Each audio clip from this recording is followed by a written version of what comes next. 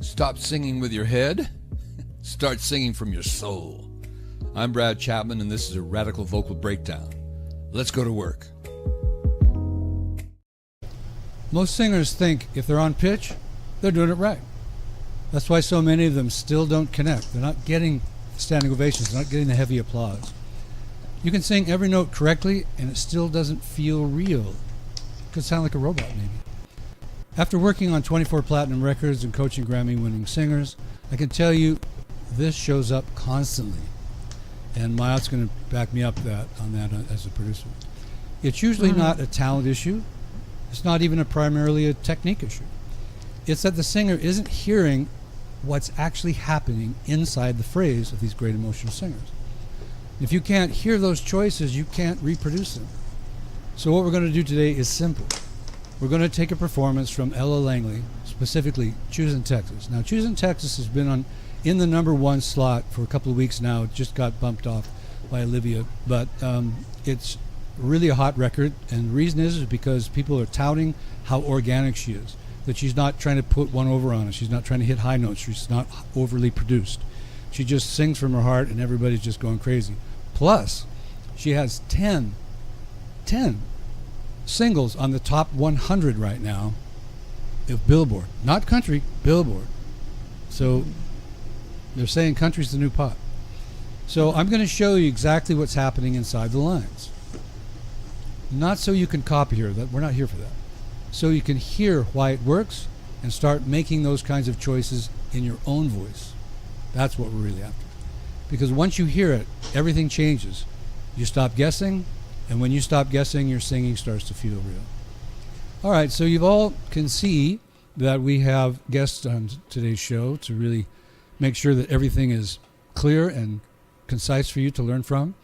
We have Ma'at Hotep, record producer, Grammy member, with his artist Monay Sha Reece. Thank you. And then we have Olga C. She's going to do some demonstrating for you. So the whole idea here is that you understand how the Sing from Feel Mastery System works and how it can help you become a great artist. And we're using Ella because she's a great artist, and that's what we're after. Okay, let's talk about one of the ways that we all learn how to sing that hasn't been really working that well, and I'll explain why. So you're looking at the colors behind the white piece of paper. That's Ella's feel, that's her emotion, that's her color. However, you've got a piece of paper over it, and you're drawing a line with your hand there. That's what it's like to sing along with Ella Langley and not really hear what she's doing. So today you're going to learn how to actually listen and repeat and do what she's doing so you can make it part of your own. The next part of what happens that doesn't work really well is sheet music. And we run into this in the universities and with voice teachers and musical, I put this up on the stage, I already did that. Anybody who thinks in terms of perfect pitch and perfect rhythm being what sheet music presents, this is their world and that's what they're doing, and that's fine. However, in the contemporary world, you will never hear a pop singer sing like this, and I'm going to play it for you right here. This is the piano playing the section of the song that Ella is singing, and you'll immediately know the difference between what this sounds like and what Ella Langley or other pop singers sound like when they sing.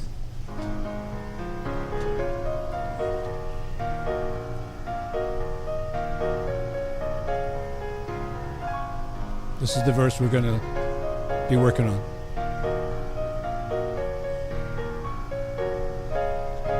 All right, okay, so yes, that kind of sounds like what Ella's doing, but it's not really what Ella's doing. Now, Ella did write it with a couple of co-writers, but the sheet music quite often is someone who takes dictation and they're classically trained and they just get in here and start making everything quantized and exactly on pitch and perfect rhythm. That's not the world you're in if you're a contemporary singer, and also we are going to have Olga help us out with this. But one more thing, we're going to take a look at the reality of what contemporary singers actually do and why in their world they're perfectly on pitch and perfectly in rhythm. This is a software, it's called Audacity. Well, actually, this is going to be Melodyne. Okay, here we go. And we're on stage. Okay. This is a visual representation of a part of the song that we just listened to. So I'm going to play it just to remind you what we're doing. And this is Ella Langley all by herself. Used a stem splitter to isolate her so that we can see everything that's happening without the other instrumentation getting in the way. Check it out. Guess he forgot about the Smoky Mountain rain. Old Hank Tim's the Memphis blues we used to sing.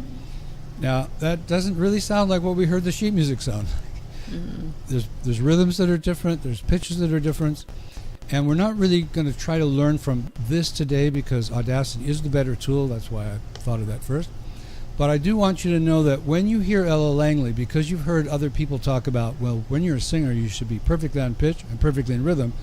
When you hear Ella Langley, you assume that she is classically perfectly on pitch and perfectly on rhythm because that's what you've been told.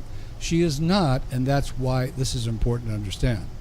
Now, the way this works is these orange blobs, that's what they call them, they're called blobs, represent the actual voice and the pitch it's on and the rhythm it's on. And as we go through this briefly, you're going to see that some of the pitches are a little above. We call that sharp. And this note right here, you're going to see a couple little boxes show up with numbers. I'll show you those. She's 20% sharp right here. She's even more here, 26% sharp.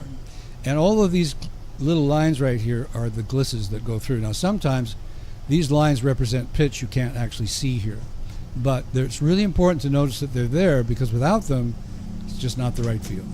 And the rhythm you see here is, these are 16th notes from the left to right, these lines that are vertical, and you cannot see that they're always exactly on the line. You see she's before them, behind them. Again, don't study this as closely as I have. All I'm trying to let you know is that in Ella Langley's world, this is perfect pitch and this is perfect rhythm. And the difference is critical because you've heard auto-tune, right? Mm-hmm. Drop a 1 in the chat room if you've heard auto-tune. Now, I decided not to auto-tune Ella, but I did that earlier on my own, and believe me, it does not sound right. Putting her perfectly on pitch and perfectly on rhythm is, whoops, screwed that record up. Ma'at, you have worked with this, right? Yes. And when you're looking at a vocal like this, and you're mixing, the vocal's done and you're mixing, you haven't decided exactly what you're going to do yet. Do you just automatically put everything on pitch and perfectly in rhythm according to piano music? No. We have a saying that soul is a note between a note, or rhythm in between a rhythm, which it's, I like that. Yeah. Like I close my eyes and I listen and see how it makes me feel. And if something's off, I try to adjust it to where it makes me feel something, feel what I need to feel, and then look and see what it actually is. And a lot of times I'm surprised. That's right on. Your ear first. Yeah. Yeah. We had a story about that earlier where a guy thought Ma'at was asleep when he was producing because he was listening. Yeah. There's a bunch of pictures online of me with my eyes closed, and Dave Isaac got me into that because if I'm looking at a singer, let's say they have the whitest teeth in the world, and I'm sitting there like, wow, like whatever's going on, that it can distract me, and we have to concentrate on what's coming out of the speakers. So if I close my eyes, I eliminate all of that stuff, and it allows me to get into what's going on. And literally, I'll sit there like for a long time doing that, and it does look like I'm asleep. I haven't fallen asleep yet doing it. Oh, I'm sure. But you know, as because I get there's older, so much to hear. As I get older, I'm sure I'll end up snoring or something, you know, mess up or something. But yeah, I try to eliminate all the distractions and get into the nuances of the vocal, because when they play it on the radio or whatever, that's what's going to be there. That's what they're going to hear. Can you tell us real quick a little bit about Dave Isaac? Yeah. His credentials? If you look up Motown vocals Dave Isaac, you'll see him and one of the Dozier brothers. I think it's Reggie Dozier. They're talking about it. One of the things he got me into was having an artist sing from beginning to the end, because there's a difference in performance as you sing a song from the beginning to the end, from top to bottom. He started out, he's from Detroit, and as a little kid he was out there seeing stuff and experiencing, and for me he is a wealth of knowledge and experience and he looks at stuff different than I do, and he's a trusted source where I can come to him with all of my whatever, and he'll say, well, have you thought about this? And well, we did it like this and try like this, and I've ended up by trying the stuff that he says without me being some super experienced person at it. The simple method of doing the stuff he says ends up getting me a total different result. That's what what we say is dope. Where we were at a Khalik Glover event, and it was years ago, and I was helping everybody, and Dave Isaac, Dave Hampton, and Khalik said, well, what do you want? And I was like, me? No, hold on. Anna Rams. And I didn't know. What do you want? And I told them I want to learn how Motown did what they did with the artists, with the emotion and this and that. And they said, okay. And that started the path, and Dave Isaac has been showing me that stuff. He's worked with Anita Baker, Whitney Houston, Rochelle Farrell.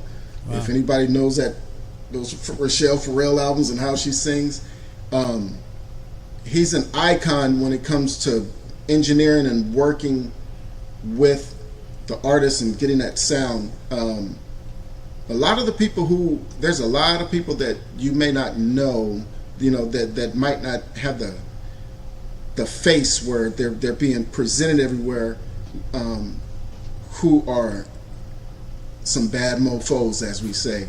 The household names, they're not the household names. Yeah, he behind the scenes with us he is, right. But to the public, they might not be. But if you get in a room with them and they start doing their kung fu, you're gonna learn, so you're gonna realize what's going on. He's one of those guys, Motown guys.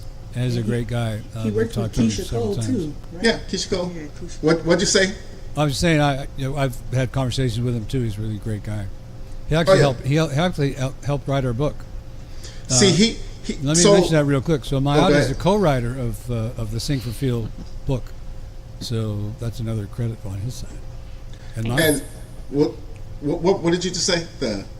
He worked with Keisha Cole. That Keisha Cole thing. So with Dave, what got me was if anybody who knows me, I'm a forever student to where people don't even realize I can do what I can do.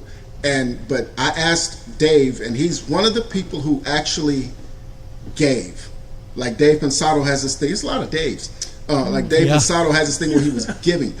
Dave Isaac was giving, and then the results that he would give were just, wow. Those are both great guys. And Khalik is a Grammy-winning engineer as well. So just real quick, back to Melodyne. So do you use an engineer on the editing, or do you do it yourself? I quit touching that stuff. Okay. So, I taught my guys. Right. And then I went down the rabbit hole of sing from feel. Because Melodyne, sometimes it'll lie to you. Well, I don't know about the newer updates. They keep updating and making the product better. But if you just look at those lines, it'll mess you up. Yeah, you gotta always use your ear, guys. Everyone out there is listening, always use your ear. And of course, I know how to use it, but I'm trying to get that result from her or Olga, and then that stuff we would try to make it to where we make minor adjustments, if anything. All right. So when they move the pitch, which everyone they can do, so you can move it like that, right? When they move the pitch and it doesn't sound right, then you have them put it back, right? Yeah, but also, okay, so take Olga. Say we want Olga to sing a different pitch. You can move it and say, here's the example, but then she has to sing it like that. You could use it like that, where you can change how it changed the performance, and then she listen and say, oh, that's what you're trying to do. So like me, when I sing, when I sing, I sound like a hurt dog, and we always make these jokes about it. Well, and you never let me hear that. Hey, I want to hear that. You're welcome. You're very welcome. But so if Olga sings and then I have an idea and or some producer, whatever, makes an example with that, all she has to do is listen and she'll say, oh, that's what you're trying to do, versus when I'm singing sounding like a hurt dog. Yeah. Yeah, it's definitely useful if, let's say, the composer is trying to come up with a little bit of a different melody to support the melody, and so he will change it and say, hey, can you do this so these notes don't clash? That's how I've seen it been used in that way. In that And Brad. capacity. Yeah. I use Brad, it for so- strictly evaluation. Yes. One of the first things that I did with Melodyne was create harmonies, like a Oh, yeah, first, you third, can do fifth, that, the yeah. seventh, or whatever. And so say I'm working with these two, and I could create the harmonies, and I say, oh, that's cool. But then I could solo the harmony and say, learn this pitch Learn and it, sing yeah. it. Yeah, and they follow the harmonies, and then, It's a great tool, everyone. Don't get this confused with auto-tune. Even though auto-tune can be used the same way, it can be used well. Auto-tune can be used extremely well. And a lot of people use it, do not change the feel of it. But one of the things that you'll see if you watch a Melodyne demonstration on YouTube is someone who tell Melodyne to put everything perfectly on pitch and perfectly in rhythm, which is what I did. And it sounds pretty bad. It's just like, no, this is not blues anymore. This is not country. We don't know what this is.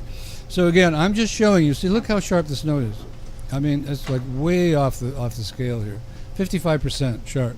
Now these, I'm not saying they're all off. This is really close to being on. It's like only 7% sharp. This one's really deadly accurate, 5% sharp. And the other thing you get to see here is like you get to see these lines. So as I play it this time, kind of envision in your mind what's happening with these lines as she's singing. I particularly like this last little section here.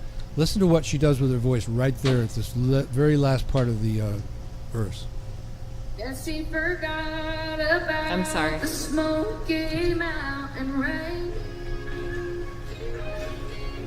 Low-hanging tunes, the Memphis blues Right here. we used Now to right here. sing. So yeah, right? So this is really common in pop and country music. The da, da, da. I really love the little yodel in there, and that's really cool, actually. I think the more personality without being overbearing, the better. Yes. Anybody have any questions about this? You can throw it in the chat, or if Olga or Monae or you have any questions, Ma'at?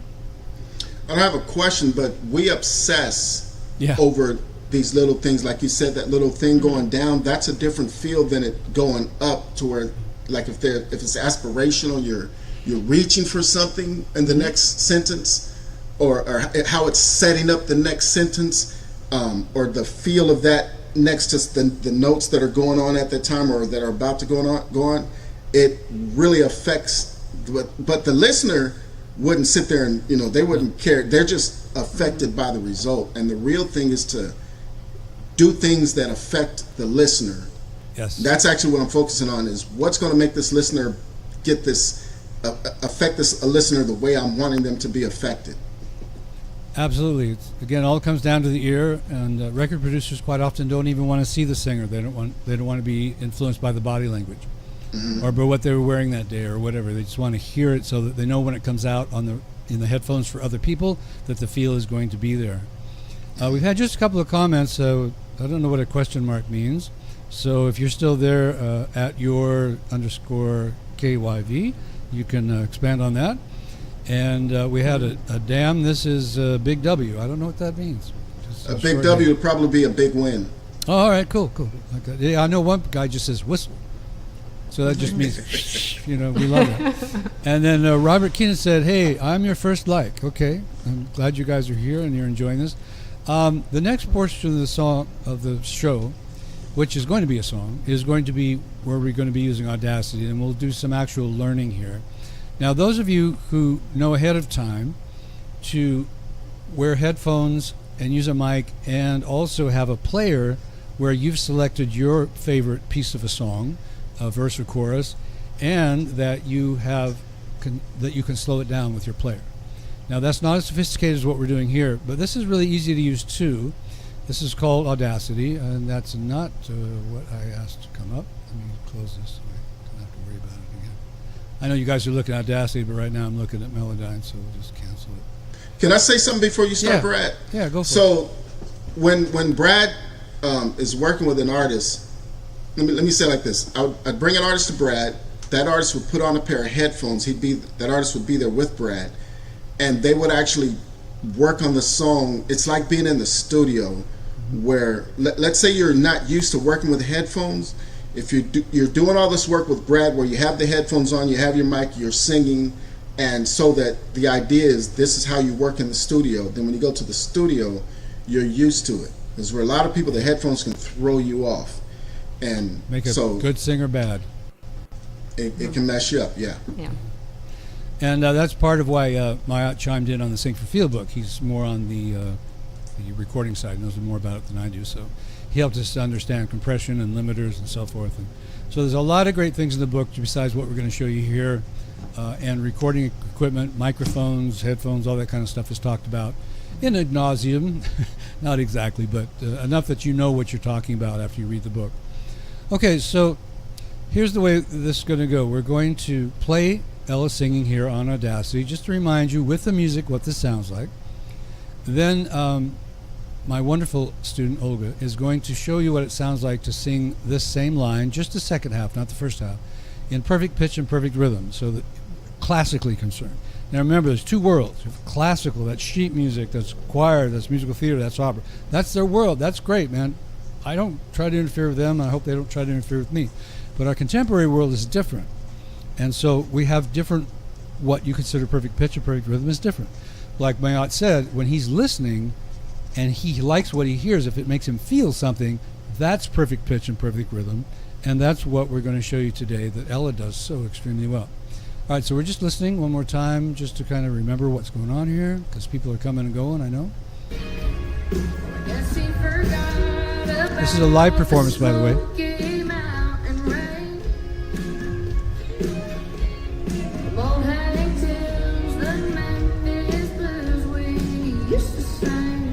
So cool. Now, I don't know what Olga will do, but on the sheet music, it was like ba ba da ba ba, right on pitch, right on the rhythm. Yeah. Wait, what was that? Ba da. Didn't sound at all really cool like this. Okay, so I'm muting Ella's voice. We can do this because we used a stem splitter. Look that up, and you'll know what I'm talking about. Okay. And follow along the best you can, so that you're learning something, not just chiming in to see what's going on. Here we go. Here you go. So this is the first half. Yeah, now you can. We'll take to the Memphis blues, we used to say. Not so great at the yodel. Well, I mean, being perfect. At the yodel, yes. Everything. Let me Go give you a little more music before we start. So remember, the first half of the verse is only your introduction. All right. All right. So all of you out there who's following along, once you've selected a phrase, you can't just come in right on the phrase. Otherwise, you like, oh, you don't know where the rhythm is, where the pitch is yet. So you always want to be listening to the first part of the phrase or one phrase before the other, so that you have a sense of where the beat is and where the pitch is, so that when you actually start singing, you're in the groove. So when you have a song and you have an introduction, you get that already. But here, Ella's not here to actually teach us. We're using her recording. All right, here we go.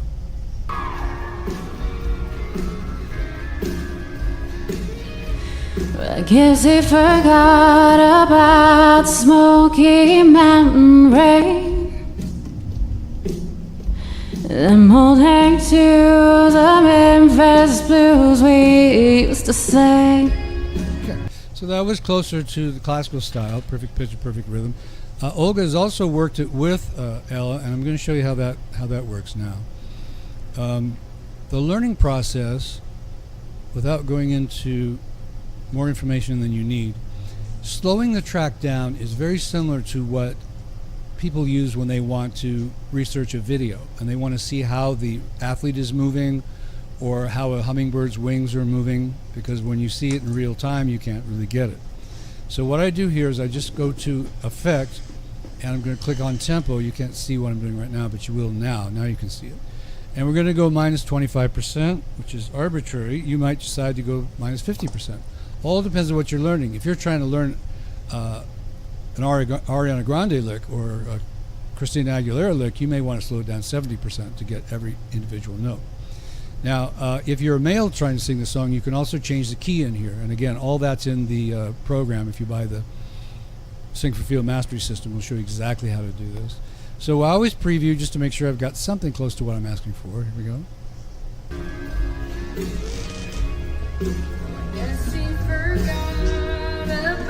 Yeah, that's it. All right. So Olga is going to show us what she did at home. So without having her spend hours showing us because nobody wants to be here that long. She's going to kind of do a shorthand. So she's going to listen once or twice. That's what she did. But at home, she probably listened. How many times did you listen the first time at home? Slowed down. Slowed down, I would say, I mean, it broke it down in 2 days, I would say.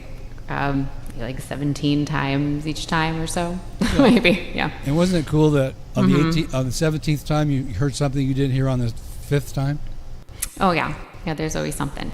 Yeah, something new. Yeah, it's like, wait, again, this kind of music can't be categorized the way classical music. You can't write it. You can't. You can put it in sheet music all you want, but it's just not going to come out because it doesn't work that way. All right, so she's going to listen twice, and then she's going to sing along. Now, she actually knows how to create the unison, but on purpose, just to show you how this works, she's going to be off rhythm and a little off pitch. She's wonderful. She's helping us out here. Be kind. I know I am. All right, here we go. So I'm going to bring Ella back in on the track. There we go. There she is. Okay.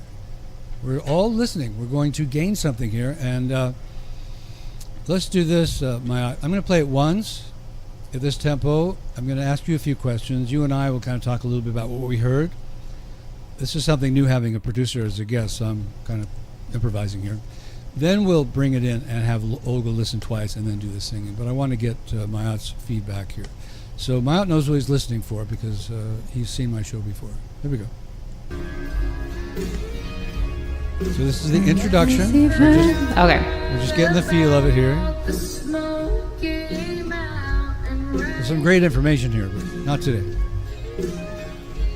Here's the part. Morning to the Memphis Blues we used to sing. See, so she's close, and she got something out of that because she already knows what the unison sound like, and it helps her understand. Now when she goes back to listen, which is what she would do next, she would listen again, maybe 5 or 6 times, and then go back and sing. And when she feels the unison is really good, then there's multi-track recording, which we'll get into. But I want to get Ma'at in here. Were you able to hear any details that kind of you didn't hear at the original tempo, Ma'at? When you slow it down, you can actually hear what's going on. Like if I'm watching Bruce Lee and he does a real fast punch, and all I know is I got bopped in the head and knocked out. Whereas if they might slow it down and it shows that he hit me with his knuckle, and right when he hit me, he shifted his hip. I can see the little details, pick it apart, and say, oh, and start utilizing that. So see the kinetic chain. Yes. So as the singing was going on, it might sound like it's a straight note, but you might, as you slow it down, you might hear the little wobbling and something that you hear is emotion. You might actually get to hear what it's doing emotionally. Like if it sounds angry, you might hear the initial right when the sound first start, it does something and it does a wobble, and like whatever it's doing to cause that emotion, you actually get to analyze and say, oh. And when people are teaching you how to sing, what do y'all call that? The vibrato. Vibrato. Thank you. Anything like vibrato when they're doing the runs. A lot of times they have you do it slow, and then you increase speed over time, but you get the mechanics of going slow to get your voice and your ears tuned into what's going on, and then you speed it up. But you analyze it slow so you can actually see the details. And I clearly heard it. My brain had to go to work on her voice, on Olga's voice, plus her voice. They were doing 2 different things. No, it's fine. They were doing 2 different things, but my brain actually was working to hear what Olga was doing and the other one, and there's you can hear the little differences when you slow it down. Well, I'm going to play it one more time without Olga singing, and then I'm going to point out a couple of things. And actually, there's one thing that's really cool in the first half of this second verse, and I'll point that out in a moment. But let's put our listening hats on, because if you've been watching the emails and the posts I've been making, I made a very strong point out of if you can't hear it, you can't do it. And that's what I'm proving today. If you can't hear it, you can't do it. If you think, okay, I'm just going to go sing and I'm going to be great, maybe you'll win the lottery too. I'm going to do what Ella's doing, but I don't even know what she's doing. Exactly. Yeah, and that's what tracing does. We go, okay, yeah, I got it. I'm going to go. And when we were on tour and doing cover songs, sometimes we didn't have time for this. And now, actually, at that point, I didn't know how to do this anyway. But, you know, I was thrown up on stage after working with the song for a half hour, so, you know, I just did the best I could. So there's those situations, but we're talking about you at home, working on your craft, making yourself the best singer you can be. But anyway, let's listen. Here we go. Guess he forgot about the Smoky Mountain rain. Okay, I'm going to pause that right there. She goes, Smoky Mountain Rain. Not mountain rain. Mountain rain. That's very important in today's music because it sounds like she's talking. I just came back and I just came home from the mountain range. If she said mountain range, she would be country anymore. Yeah. So you have to remember there's certain rules within a genre. So if your voice teacher or somebody's telling you got to have perfect diction, mountain rain, I'm telling you, when you go put that in front of an audience, they're not going to know what to do with it because it just sounds weird and they don't know why. But if you do what Ella's doing and you come across more like you're speaking, and the little squeak in her voice was emotions, mountain, you know, that's feel, that's emotion. I remember I used to think that was just something you did because you were cool, but I've learned now it's all emotions. Okay, I'm going to play the second half of this. If I could say real quick, I feel like people feel authenticity. Oh, They definitely. feel when it's coming from your actual soul and it's not just Being sung. you singing. Yeah. You're absolutely right, Monae, and that's exactly what a record producer who sells records and a record company who sells records would tell you. They know better than to try to create perfect products based on classical music. And all we're doing here is helping singers get educated on the other side of the wall here, because unfortunately on YouTube and everywhere they're always hearing perfect pitch, perfect rhythm, blah, blah, blah. I know every once in a while you'll see a YouTube of a bass player who says, hey, if you're not playing the groove, forget it. And that's what he's saying. If you play perfect pitch and perfect rhythm, you're not going to work. Not going to work. You've got to feel in the groove. You've got to be in the style of the music, but not always in the pocket. And I've heard that talked about too. You've always got to be in the pocket. Well, the drummer does because he's got a click track. He's got to be deadly with that metronome, but the singer doesn't. You can be in the pocket when it feels right, but you don't have to be in the pocket all the time, right? Right. Here we go. Listening. Oh, it's going to start over. You get two. Ma'at. He forgot about the Smoky Mountain rain. Bold hang tunes, the Memphis blues we used to sing. And then there you go. Sang. Not sing. Sure, pull up the lyrics. You'll see it say sing. She didn't sing. She sang sing. Right? So again, she's staying true to herself. She's staying true to her world.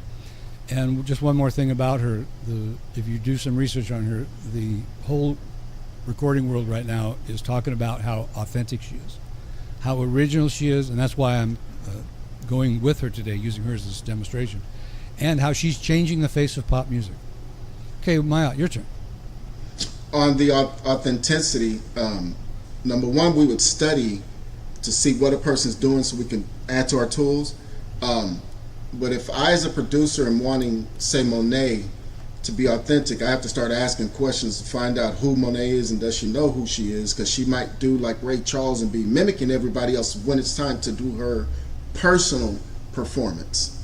And on her personal performance, who is Monae? What would Monae do? Like if I start choking her right now, and she can fight. I start choking her right now. Whatever she does in that reaction is going to be some real Monae stuff. Even if she was watching Bruce Lee movies with me. She's the one who hit you in the head, not Bruce. And that's what we want. It's like I said, like when I was working with Olga. If I listen, y'all, if y'all ever produce Olga and you guys are working on a song that has anything to do with family, dig into that and watch Olga. Yes. Dig into it and watch the feeling of the singing change. She loves her family. You know. Yeah. Oh yeah. It's clear. You know. But you'll start getting some Olga stuff because she changes inside the emotion. So we want the tools.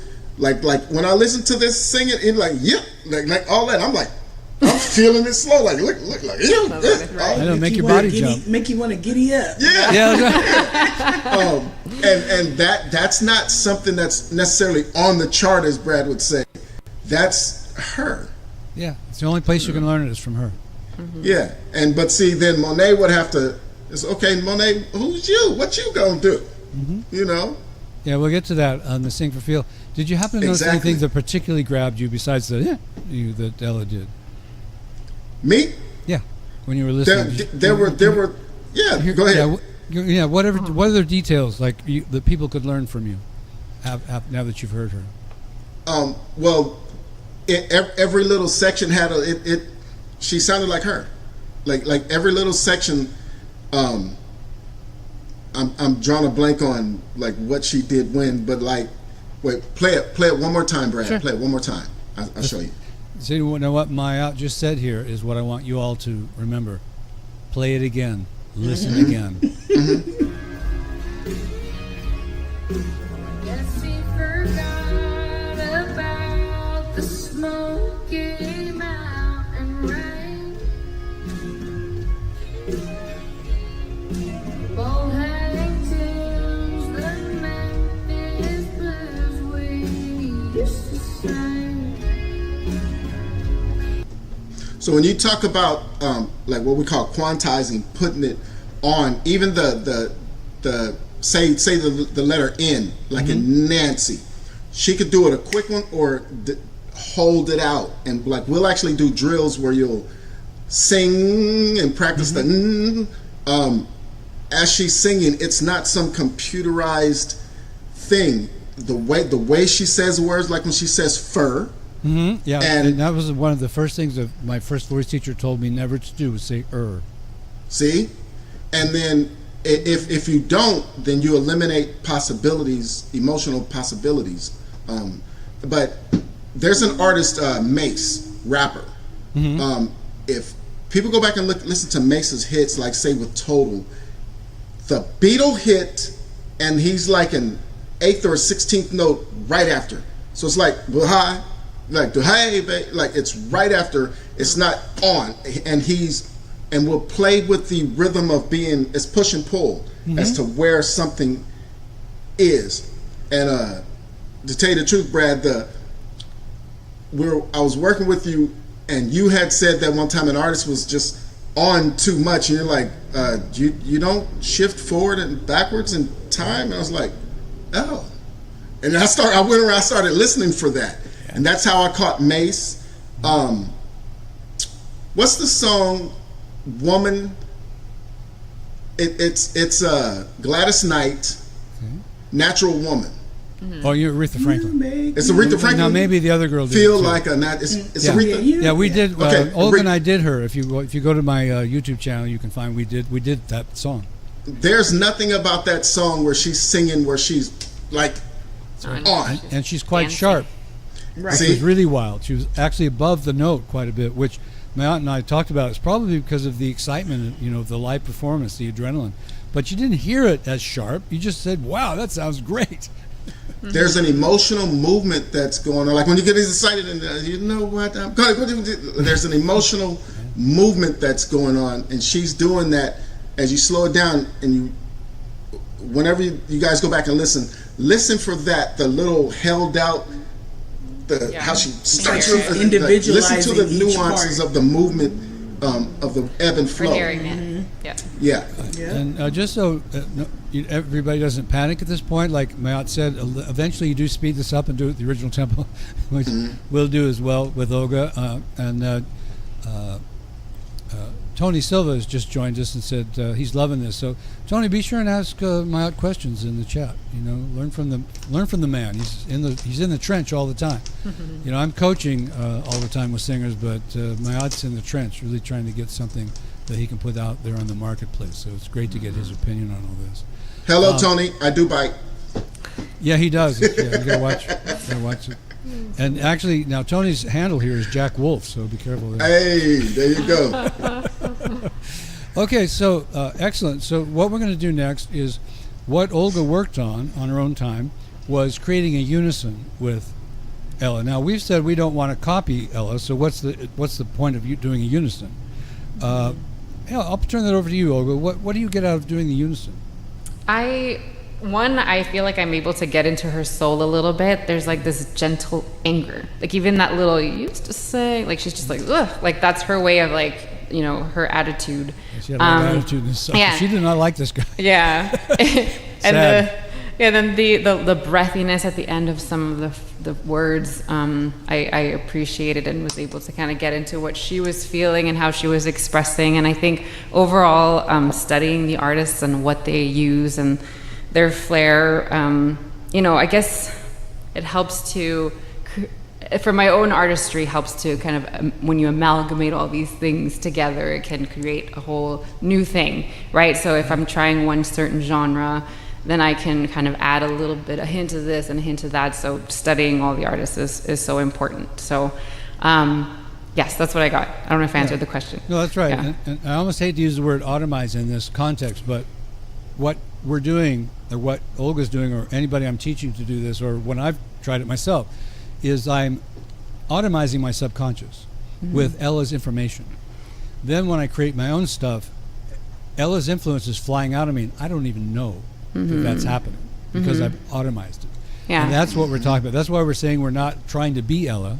We're not going to try to produce a record that sounds exactly like Ella Langley. That's you might as well just put AI on and let it do it. You know, it's like, who cares? And I just want to mention that really quick. Everybody's afraid of AI, and I get it. But when you're a creator, you have a much better chance of AI not affecting you in a negative way.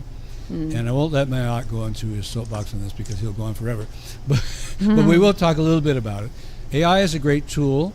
Tell us just briefly, Ma'at, how you use Suno. Okay, well, first let me respond to what so and hopefully you'll chime in too. If I'm able, when I go to sing or rap, whatever I'm doing, play the fiddle, if I have 5 moves, I'm stuck in that. If I go and say it's playing the fiddle and I listen to someone who does a whole different thing, I now expand out of that box. And what we learn in, like when we would learn Kung Fu, we would do all this training, but then when it's time to fight, you let all that go and just be. Yeah. And so that stuff affects you. And it's the same thing. All like that. That might simply open up somebody's brain. Even if they don't do that, it might make them realize, oh, I can just do whatever. Like, like you just said, whatever. Yeah, absolutely, yeah. That's where those things come from. They come from our speaking. Yeah. And you, anything you want to say before we go on that? Now on Suno and the other programs, like we've got a lot of people out there who are hating it. Yeah. I have literally, for those who still think I'm really young, I'm 57 years old. I just let everybody, they were thinking, let them keep thinking I was that young. I sat and watched over and over and over as the new technology came in, the disdain for it. Like when I first got it was an EPS 16 Plus, and I had 2 of them.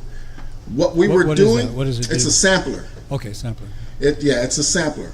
It cost me $2,600. I got 2 of them. You remember that? Yeah. Oh yeah. Oh yeah. I remember that. But again, that when the drummers, to this day, the live drummers are here and they add something. The drum machines also add something. Right now in Suno, as much as people are hating it, there's a lot of people out there who've gotten sued. Yep. Let's just take one aspect of it. A lot of people who've gotten sued. So if I go and I take like Sting, I can get sued. But if I create an instrumental with Suno, if I like chopping up samples, I can chop the stuff up myself, not get sued, and have this original sound. So for me, I'm if I get tired of getting sued or getting takedown notices or anything like that, there's that. We have something with her where this guy did a dope beat. It was dope, but he didn't have the original files where I can go in and mix it, or somebody can go in and take the kick, snare separate. So we did the recording, did the mix, and then I muted everything except her vocal, threw it into Suno. I told Suno to copy that instrumental, and it gave me a cleaner version of that instrumental. But the other thing that it did was, as it added sounds, her vocal was playing as it was processing, and it made it to where it stayed out of the way of her vocal while the sound was there. In other words, it mixed it. Yeah. So you hear her vocal clear, and yet you hear the other music that was there. And what do you do with that information? How does what do you mean? Well, in other words, you just heard AI do that. Now, what do you do with that information? Do you actually send it out as AI recorded it, or do you use it? That's going to be a release. Oh, okay. Oh, yeah. Right. I've got two different versions of that. That's going to be a release. So it's really her singing. Right. And okay. he's going to get the composer credits because he composed it. Right. And then, like, there's the original composition that she may put out, and then there's that, which is like, if I give you sheet music and you remake it, you still. But all this hate for it, yes, there's reasons to hate. There were reasons to hate the drum machine. Sure. I'm telling y'all, I'm one of the people. I'm realizing so much stuff from working with Suno that I'm running forward with it. You're using it to become a better creator. That's right. What I'm saying. Not to do all the creating for you. Right. Yeah. Not like, hey, make a Justin Bieber song. Yeah. I did a song and like when me and Olga, we were working, we did her song country, R&B, pop, all kinds of different versions, and you're sitting there like if you're stuck into thinking that your song has to be done a certain way, it is an eye opener. And then it's like, how, like, I could perform it this way, I could perform it that way. It's like having a great co-writer. Yeah, and your own, like, I think of it also as like having your own studio band there at any moment you want them to play something for you, to see what it feels like, to see what's happening. But the creative side is where the singers got to stay, is kind of where I was heading. Was if the singers don't stay creative, then AI can just boot them out. Yeah. So even on that, so there's a lot of singers or artists of any craft who don't really go all in. And so here comes AI, and it is like, this thing has beat me. I better step my game up. Now, when we say iron sharpens iron, AI could be the iron that you use to sharpen your iron. It's like, this thing just sang this better than I did. You tell it to sing it angry, and you're halfway singing it angry, you're halfway invested, and AI did it better, more emotional, when I say better. So, but when you go to perform live in front of an audience, now I remember the Chipmunks. I love the Chipmunks. But they had these songs. It's a trick, But when you go to sing live, we still want that human connection. Like when I see a live drummer, it blows me away sometimes. This live drumming stuff, just like drum body beats. Language, yeah, man. So if you have a singer, okay, so a song comes on and says, "I love you forever," and "Come here, baby, give me a kiss," and it's like, oh, that's cool. But then let someone who's attractive stand in front of you singing, look you dead in the eye, and say, "Ooh, I love you, baby. Come here, give me a kiss," and like lean towards you. Man, that's a whole different reality. Yeah, but that's what you got to do on the mic. Yeah, the human thing is still going to be around. I'm encouraging everybody to embrace it because literally you will learn and grow. I have zero fear of AI. I'm loving it. And Ma'at wanted to talk a little bit about songwriting today, and it's a great tool for that. You know, those singers who are learning from Ella Langley here, learning to be creative, learning to do your own thing. Suno can be a great structure to work with. Yeah. To help you, because Ma'at, like he said, he doesn't sing, he doesn't play the instruments, he writes lyrics, he writes, he knows melodies. So when AI plays things back for him, that just increases his creativity, exponentially? Yeah. Well, if I have to get up at 3 a.m. and I need a singer, if I call either one of these two at 3 a.m.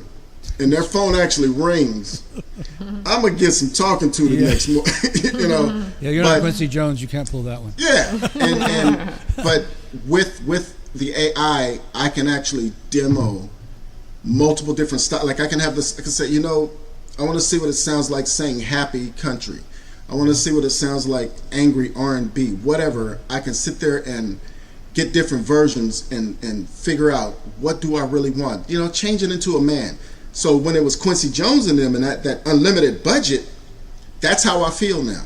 Yeah. I'm like, oh, I got kind of an unlimited budget. I can afford this $10 a month or whatever. Like, I actually have the studio version, but I can actually go in and say, I want a choir behind this.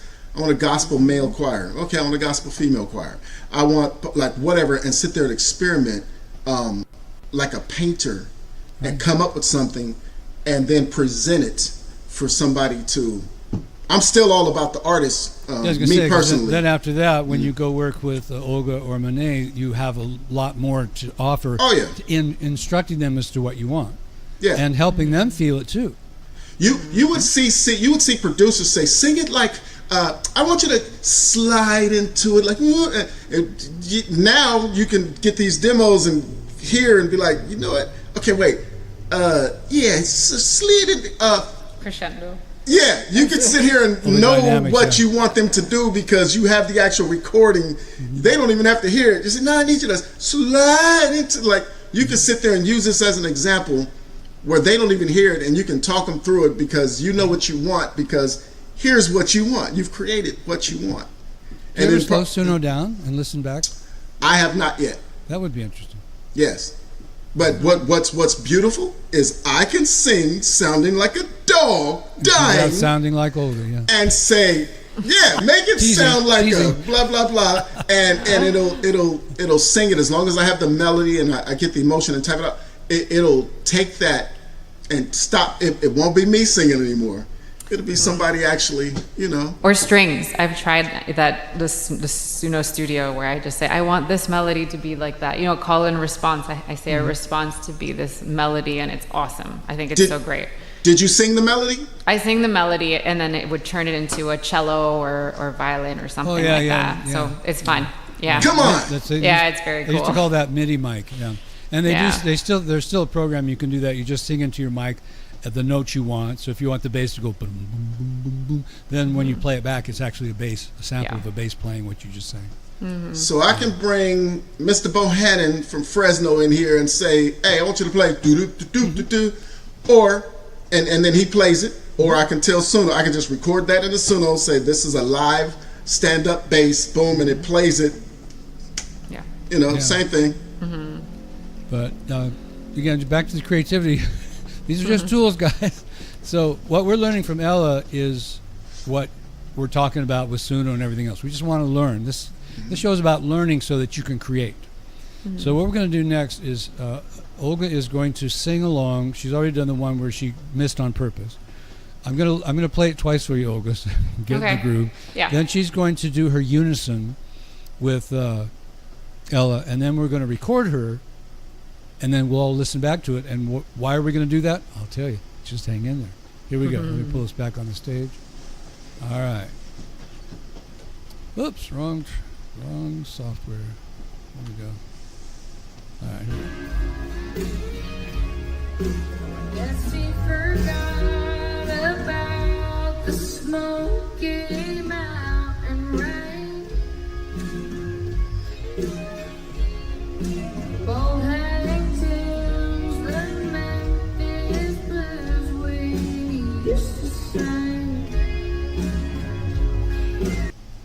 Okay, playing it again. I'm just going to loop it so I don't have to bother with this. Where'd it go? Loop. All those different inflections. There's an old comedian who used to say, I got a million of them. She's got a million inflections. But we're not trying to say it's going to be hard to learn this. You just have to do the listening. It's not really... you can actually say, if you've got ears and a voice, you can do this. You don't need a book about it or anything like that. You can do it just by listening. But the Sync for Feel book saves you a lot of time, and the Sync for Feel videos save you a lot of time. Here we go. Guess he forgot about the Smoky Mountain rain. Ball-hang tunes, the Memphis blues we used to sing.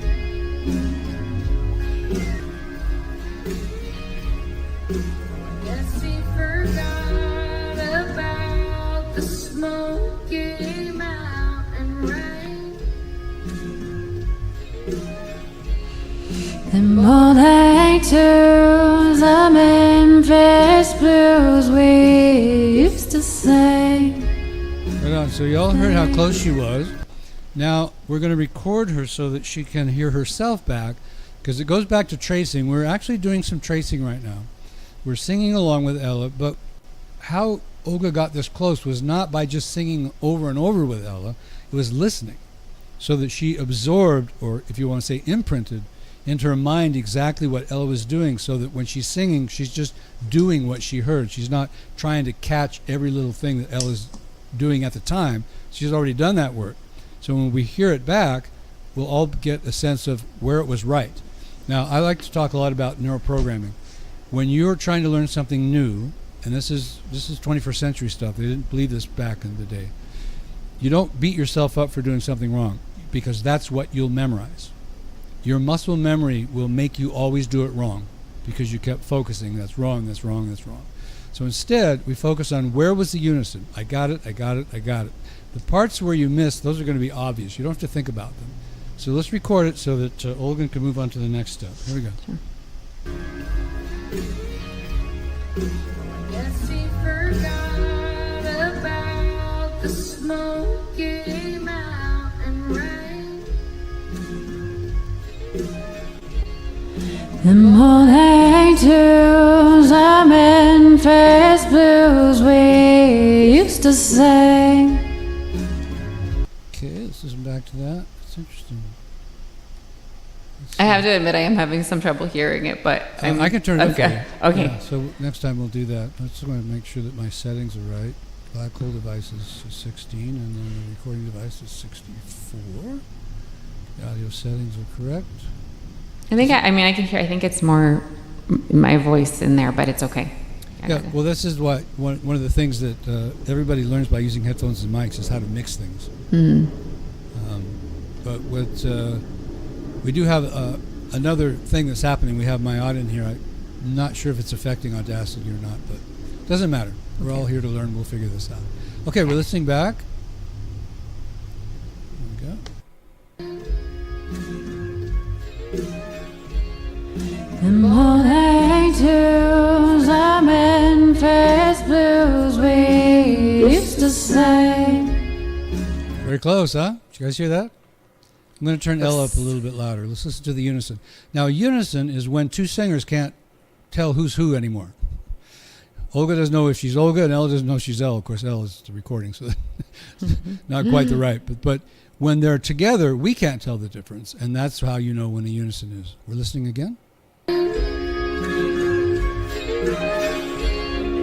Monae to the Memphis Blues we used to sing. Okay. So she learned a lot from that because she got it mostly right. That's what we're here for. Now, the next part of this demonstration is, what is she going to do with this? We've been talking about you need to be yourself. You need to be an artist. How are you going to handle that? Well, we're going to do what we did earlier. We're going to mute Ella's voice, and I'm going to put it back at the original tempo because Olga has figured it out at the original tempo. So this is a demonstration of how that works. Let's undo this track remove. Just a couple of things here. And there we go. Undo tempo. Okay, so with the stem splitter, we've been able to remove Ella. Now, I'll play Ella a little bit for you, Olga, so that you know what's happening, and then I'll mute her just before you start singing. Okay. We found that works a lot better.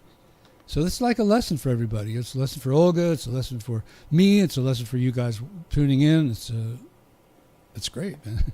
We're learning something that is not taught by anybody else that I know of. Here we go.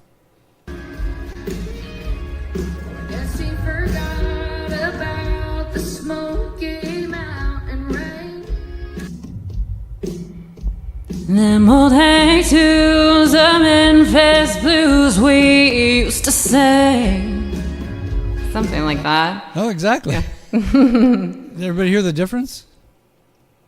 Drop a 1 in the chat box if you heard that she didn't sound like Ella Langley there. I mean, a little bit, right?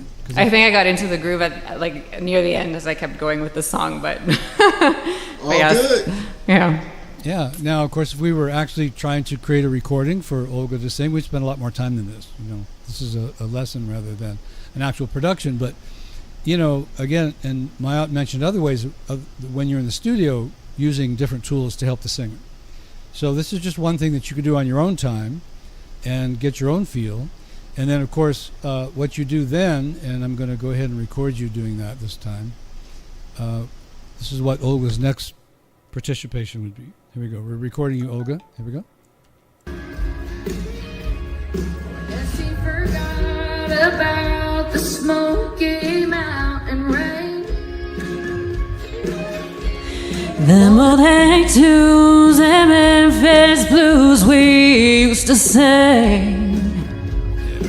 Cool. Now we're listening back without Ella there because we're only interested in what Olga did. Now what Olga's going to be doing here, I'll shorten this playback. She's going to be listening for what she liked and what she didn't like, what she might want to change. Them old hang tunes and Memphis blues we used to sing. So different riff, different timing. She didn't do the, right? Because she doesn't want to copy exactly what Ella did. She heard it. She thought it was cute. It was great. It's in her mind now. So what do you think, Olga? I don't know, because this second verse, I feel like I can start getting into a little bit more. So Sure. I'm in terms, I guess the way that it was recorded with Ella is more just very forward and light. Mm-hmm. And then, but I feel the need to just go out a little bit more to maybe have a little bit more volume or intensity, I think. Yeah. Excellent. Yeah. Can I say something real quick? Yeah. Brad, Just let me say this first. Oh, go ahead. So now we're going to be kind of getting into what Sing from Feel is in production sense.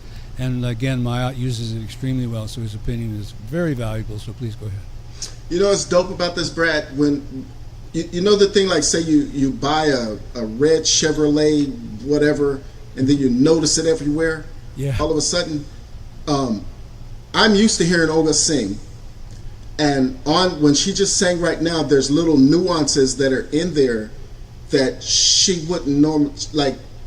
Oh, Olga, do you notice that you were singing with nuances? Yes, with like more country nuances now. Yeah, Or there's I mean, little there's flat out little nuances, and they matter.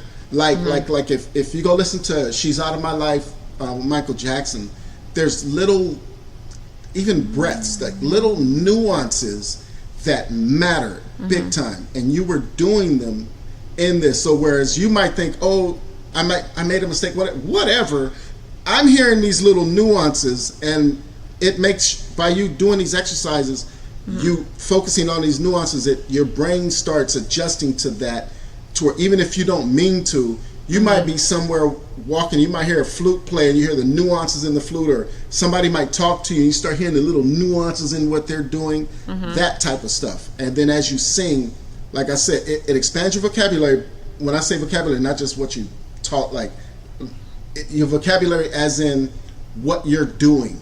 Yeah. Your tools. Like you're flat out doing nuances, even if you don't catch that you're doing nuances. You're doing kung fu, even if you don't realize it. Okay. Awesome. Your opponent's on the floor, and that's all you remember. How'd they get on the floor? I don't know. So, we'll do that. We'll team up on poor Olga here. Actually, she's going to love it. So, Olga, what do those words mean to you?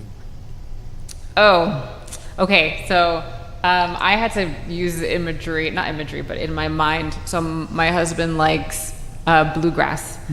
And so I had to pretend that he forgot about those times that we would just listen to bluegrass in the car, So that's kind of what I started applying what you guys are teaching me.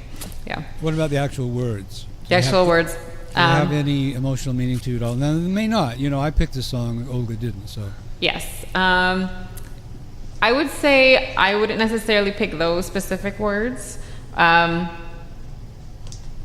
I would say. I was trying to relate those Memphis blues and old hang tunes to a bluegrass. That's something that we used to do together. So that's, what do they call that?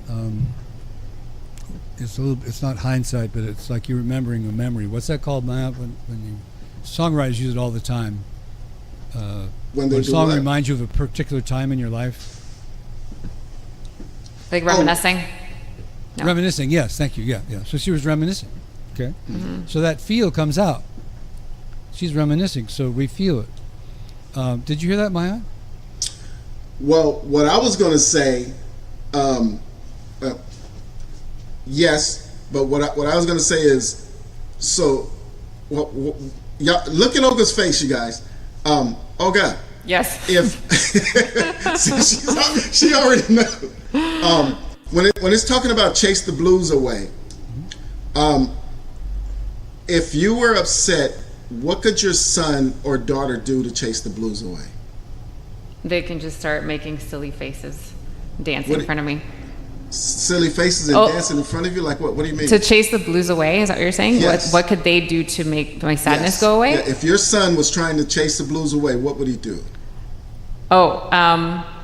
Chasing the blues away means getting rid of the blues, right? Making you happy and smile. Exactly. So they would dance. Yes. You guys see the reaction that she's doing? Mm-hmm. That genuine reaction. If I say, okay, sing, what's going to happen is, because she's feeling that, sing from feel, because she's feeling that, it will be in the recording, even if she doesn't want it to be. And that's what we're going to do next.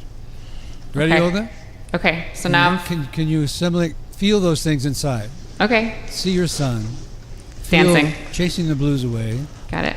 And how your reflection of the bluegrass is how they used to sing. Mm-hmm. All right, here we go. This is fun. I love this. All right, so I'll put her in so you can hear the timing. I'll give you more notice this time. We'll go back a little bit so you can feel the rhythm, get into it. He's choosing Texas, I can tell. That'll get you into it.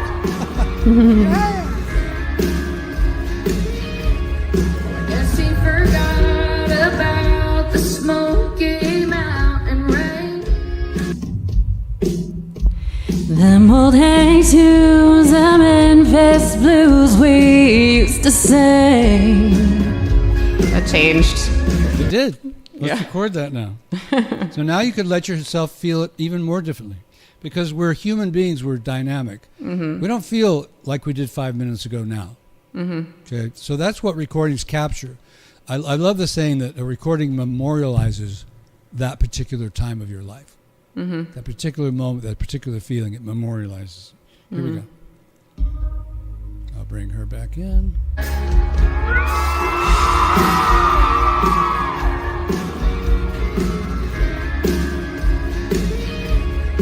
Guess he forgot about the Smoky Mountain rain. Them old hang tunes, the Memphis blues we used to sing. See, everybody, every time is going to be a little different. Mm-hmm. Listening back for Olga. See what you did? Them old hang tunes, the Memphis blues we used to sing. Now this is where it gets really subjective. Because Olga sang it, she heard one thing. Because Ma'at is Ma'at, he heard another. Because out there, you're who you are, or Monae, you hear it different too. I heard something different. That's art.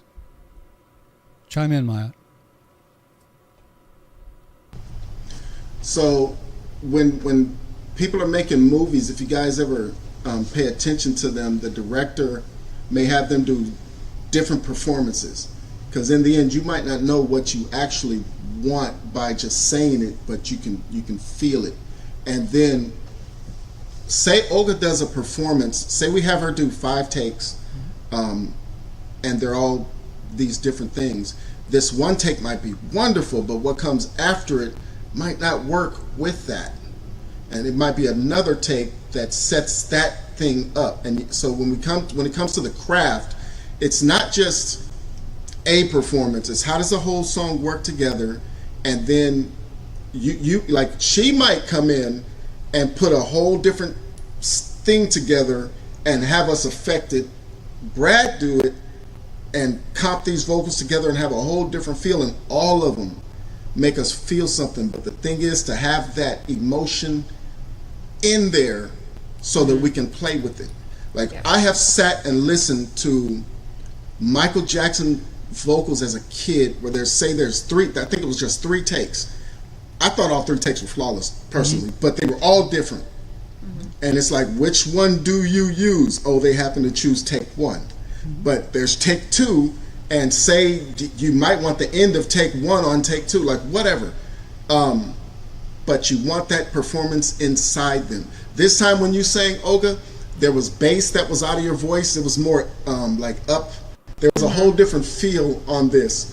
Just by language. Just by us having that little conversation, and you going into your head, picturing your son, your daughter, whatever. It just totally changed. Yeah. So are you leaning into comping? Or are you kind of talking about comping as well, Ma'at? I brought it up. That. You want to explain comping as it is, how it works? So if I have, let's just take the first verse. If we don't have Olga singing from beginning to end, we're just focusing on the first verse, and we get these different emotional performances. I might like the beginning of take. If she sings it 5 times, I might like the beginning of take 1 and the end of take 5, and you piece them together and see how they work together. That comping is a composition, composite, putting things together to make them work as one. But I've really gotten into singing from beginning to end. Yeah, I like that. Yeah. Oh, there's just this different thing. Stay in the story that way. When you take the sections, you kind of, well, what's the story about? I forgot. You know what I'm saying? Yeah. And then there's performances out there where a person can't actually sing what's on CD because there's no breaths at all. Yeah, that's You know, but we might comp a vocal together, which is simply you're taking pieces of the vocal, pieces of the performance, and making a new performance out of them. So, like Bill Withers-era, he was saying there's this Guitar Hero thing where he's trying to get this solo down, this long solo, like, man, if he could do it, I could do it. Then he hears Jimmy Douglas talking about he pieced that together from several performances. I was going crazy. And Bill's been for like 2 years trying to get this thing down, and the guy who did it never did it like that. It was a pieced performance. You know. Some people get mad about that. I don't get mad about that. I mean, I might get frustrated because I was trying to get. There's a great story about a flautist who was playing along with this record, and the flautist on the record was playing a note she couldn't find on her flute. Just didn't exist. And then she finally got to a workshop where this flautist was there, and she went up and says, "How do you get that note?" He says, "Well, they sped it up." So they changed the pitch on the recording, so it's not possible to play that note on the flute. But as a producer, you know, Maya, what you're trying to do is give people something of value. And I like to say, this is a little bit dramatic, but would you enjoy the movie Star Wars if they took all the special effects out of there just because you thought they were cheating? Not at all. We love the special effects. Yeah, so they're just special effects. Comping, adding reverb, adding echo, maybe sometimes moving the pitch a little bit because it feels better. You know, you don't need to get upset about that. Just like, hey, man, they did it for me and I'm enjoying it. That's all you need to care about. And when you're the artist in the chair, you get to make the same choices. Now, it's another thing I want to ask Olga. So when you're working with Ma'at and he's making all these decisions, do you trust him? Yes, I do. I really like having him as my vocal producer for sure, because there's a ton of other emotion or so many different ways of singing a song. You know, if he says, try to get into this character. One time he had me do an exercise where I had to be singing a song I wrote through my mother's eyes, through my father's eyes, and then one time he'd made me try to do it through his eyes, and then I got all like jumpy. He's like, oh, okay, I guess I'm like, you know, so and it was just interesting because, you know, just have to get into the emotion, and then it really does produce something different. So. Now what about when he starts the mixing? Do you trust him to do that? We actually haven't done that yet. We haven't done him mixing anything, but I know that he has a lot of feedback for mixing or ideas on how I can communicate. So how Ma'at has been helping me, I guess, develop to become business savvy, but also have the right verbiage to communicate to producers that I work with, because it's not just him that I've worked with, it's also other people, and he's helped me to network and meet these people, and helped me to express what it is that I need to express so that I hear what I want to hear in the end. So all my Pensado brother and sisters out there, from Pensado students, The people that I presently work for, they may have no idea that I know how to mix or anything. Like, now, and another thing on the reality is you've been lied to your whole life about music and entertainment. You've been lied to. If you go listen to stuff from back in the day, and they're flawless, a lot of that stuff is recorded stuff that they're singing back to. Or was it the Monkees? They session musicians. That's the marketing. A lot of stuff is a lie. The beautiful thing is when the truth walks in the building and actually sings to you, that will, so there's lies and there's truth, and we do it all. Yeah, and Ella's really about the truth, so I picked her. So what I teach, and I think I've mentioned this to you, Olga, is that once your vocal is done, like Ma'at says, hey, I got what I want, you just go home and let him do his thing, right? Yes, I have to trust him. Yeah. Yeah. In the real world of the record production, if you go in there and you try to tell the producer what to do after you've done your vocals, you'll ruin it.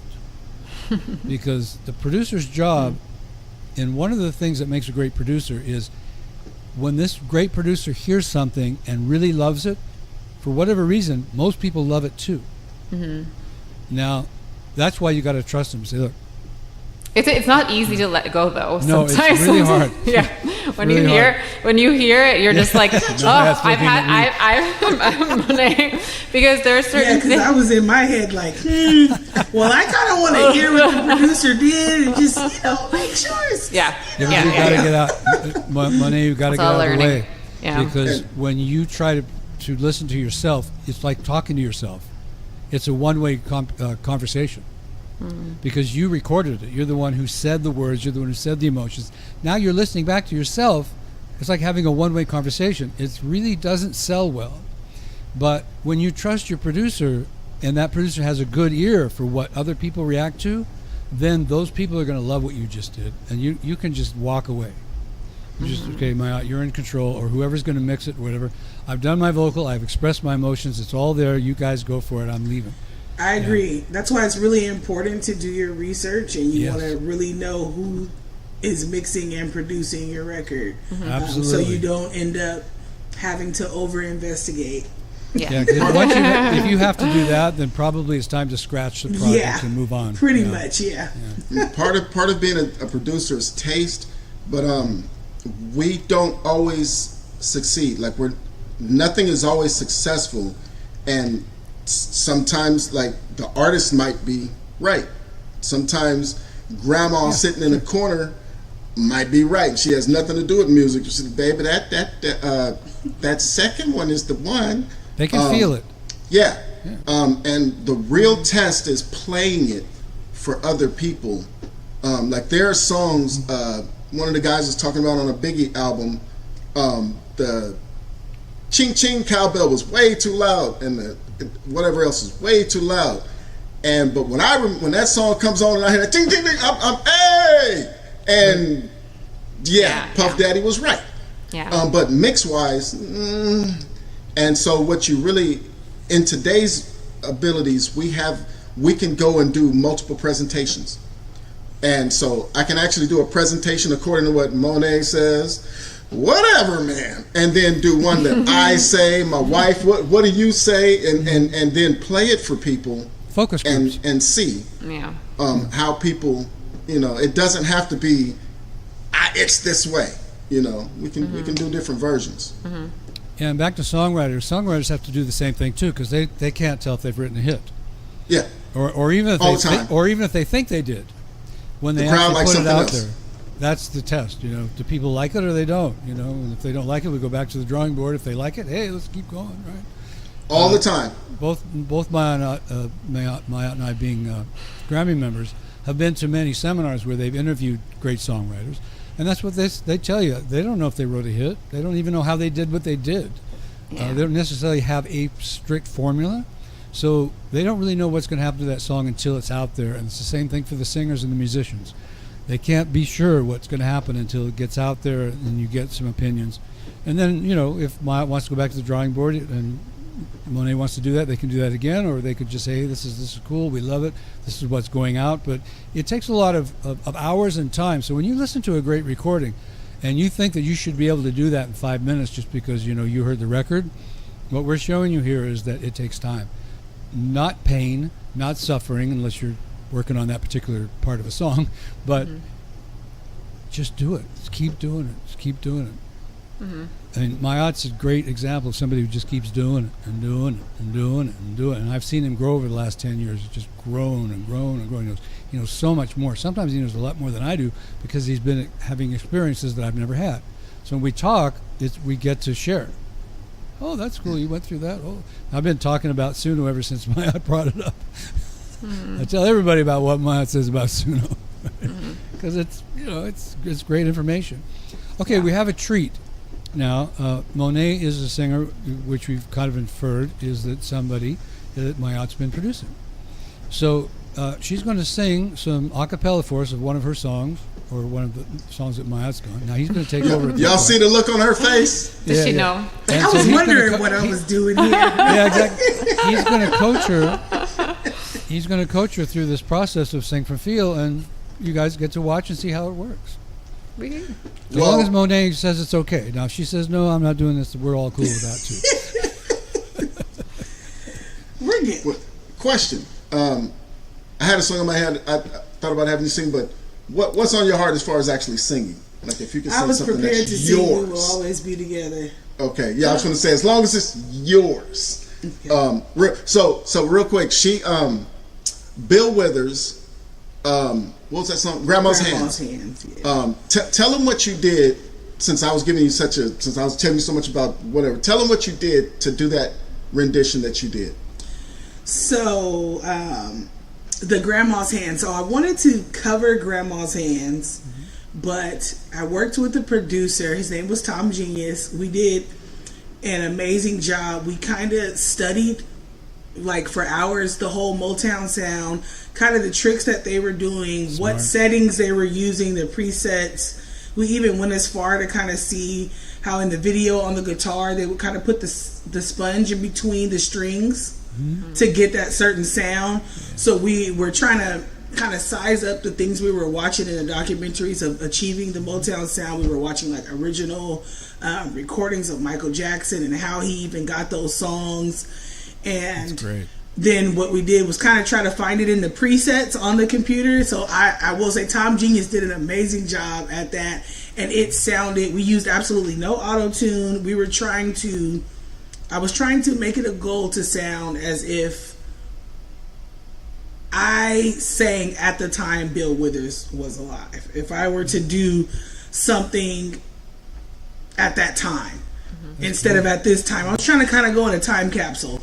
And it came out amazing just from studying everything that they did, certain pitches that they would use, having the breath in there, which I notice a lot of artists these days, they kind of cut the breaths and little things that I think add more feeling to songs. They kind of take it out these days. Sometimes that's the engineer, not the singer. Okay, yeah. I like those things. It makes me feel it more, and so it just came out really beautiful, and it sounded like it was my version of Grandma's Hands at the same time that Grandma's Hands actually came out. So it was really amazing, and it was fun to go into a deep dive to really understand the dynamics of how they were recording at that time.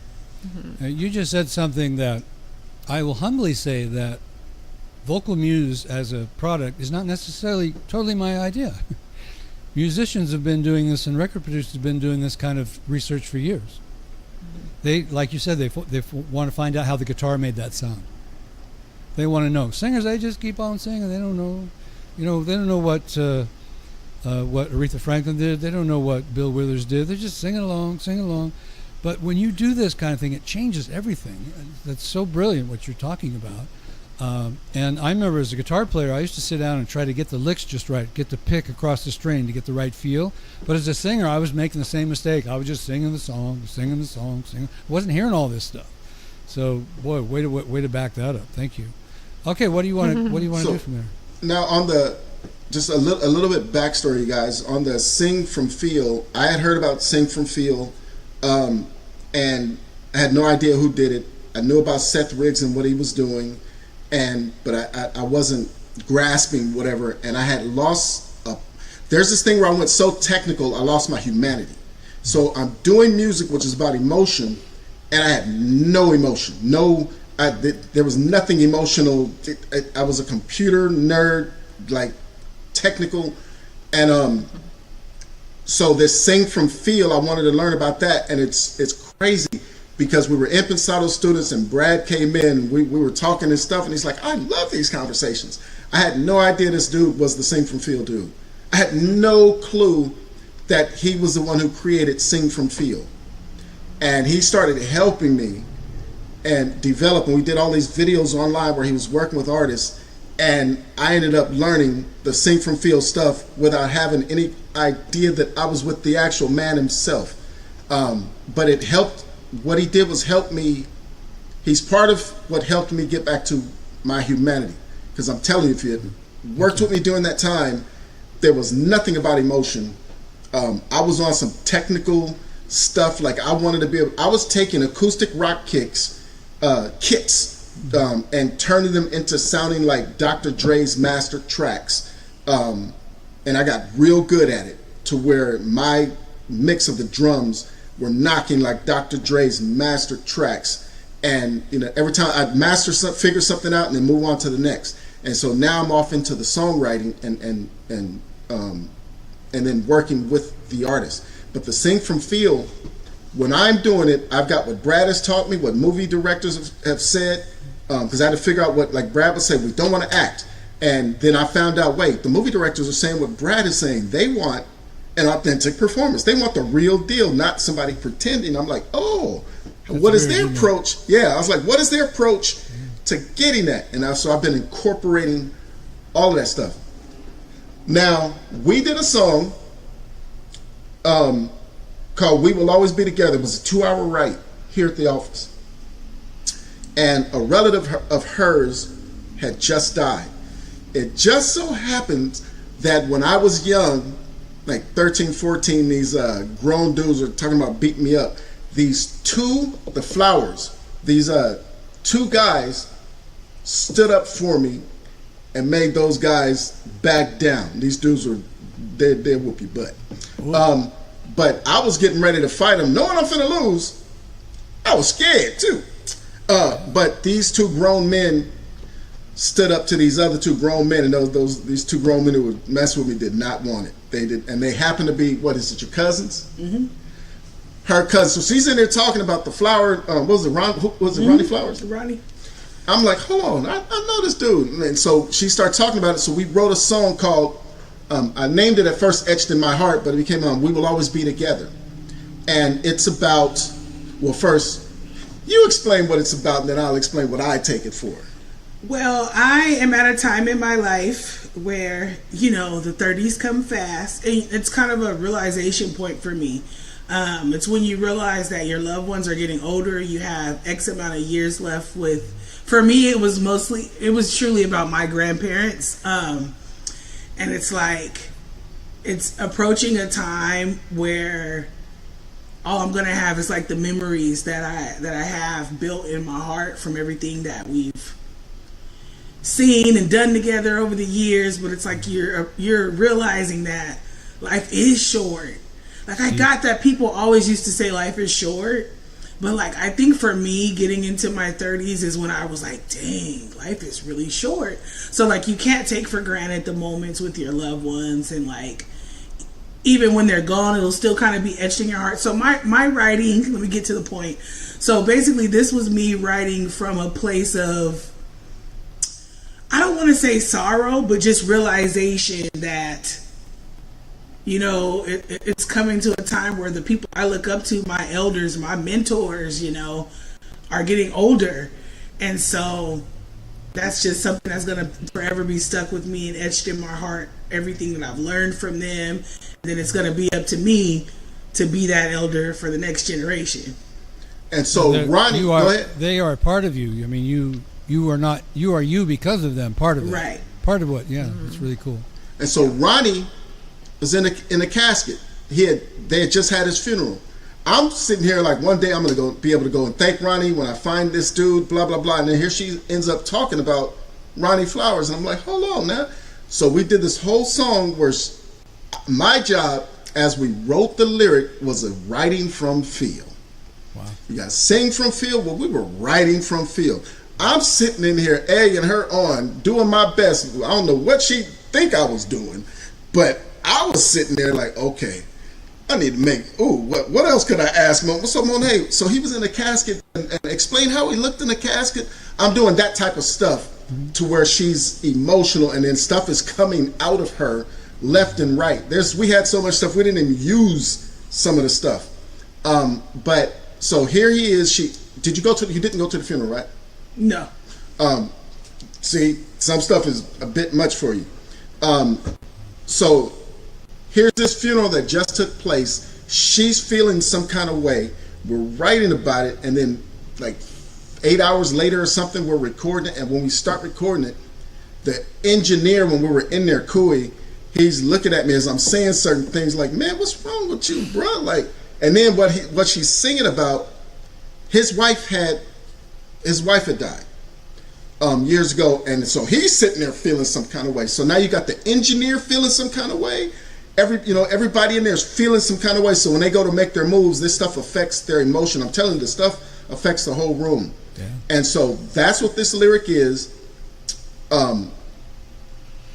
It's called "We Will Always Be Together." Do you want me to play some of this, or all of it? Would you please? Sure. You want to hear all of it, or just part of it? We'll just do all It's of up it. to you. Play the whole thing, and then we'll have her sing, and we'll go through it. All right, here we go.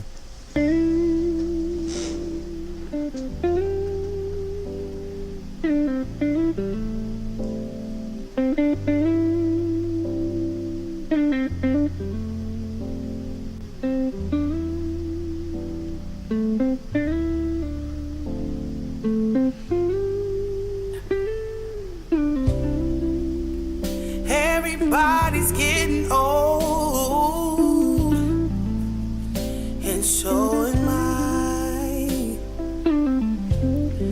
Watching my loved ones go, waiting on my turn to die. Another loved one going home, all out of tears to cry. All the ones I looked up to, they now live in the sky.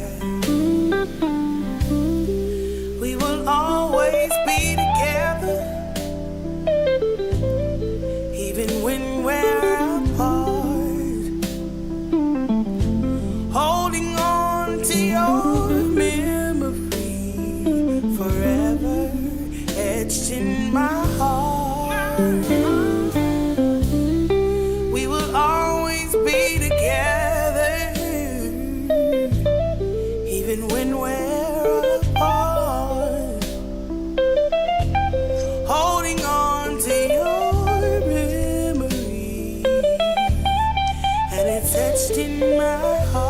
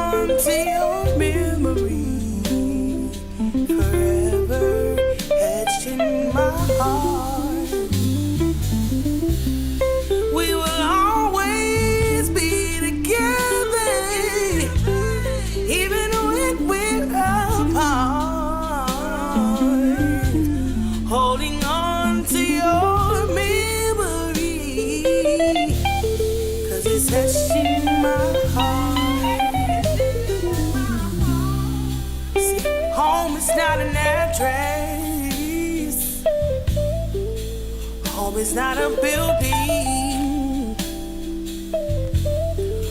Home is not a location, no. Home is a feeling, yeah. One day I'll see you there and reach for your embrace. One day my soul will rest and finally end this race.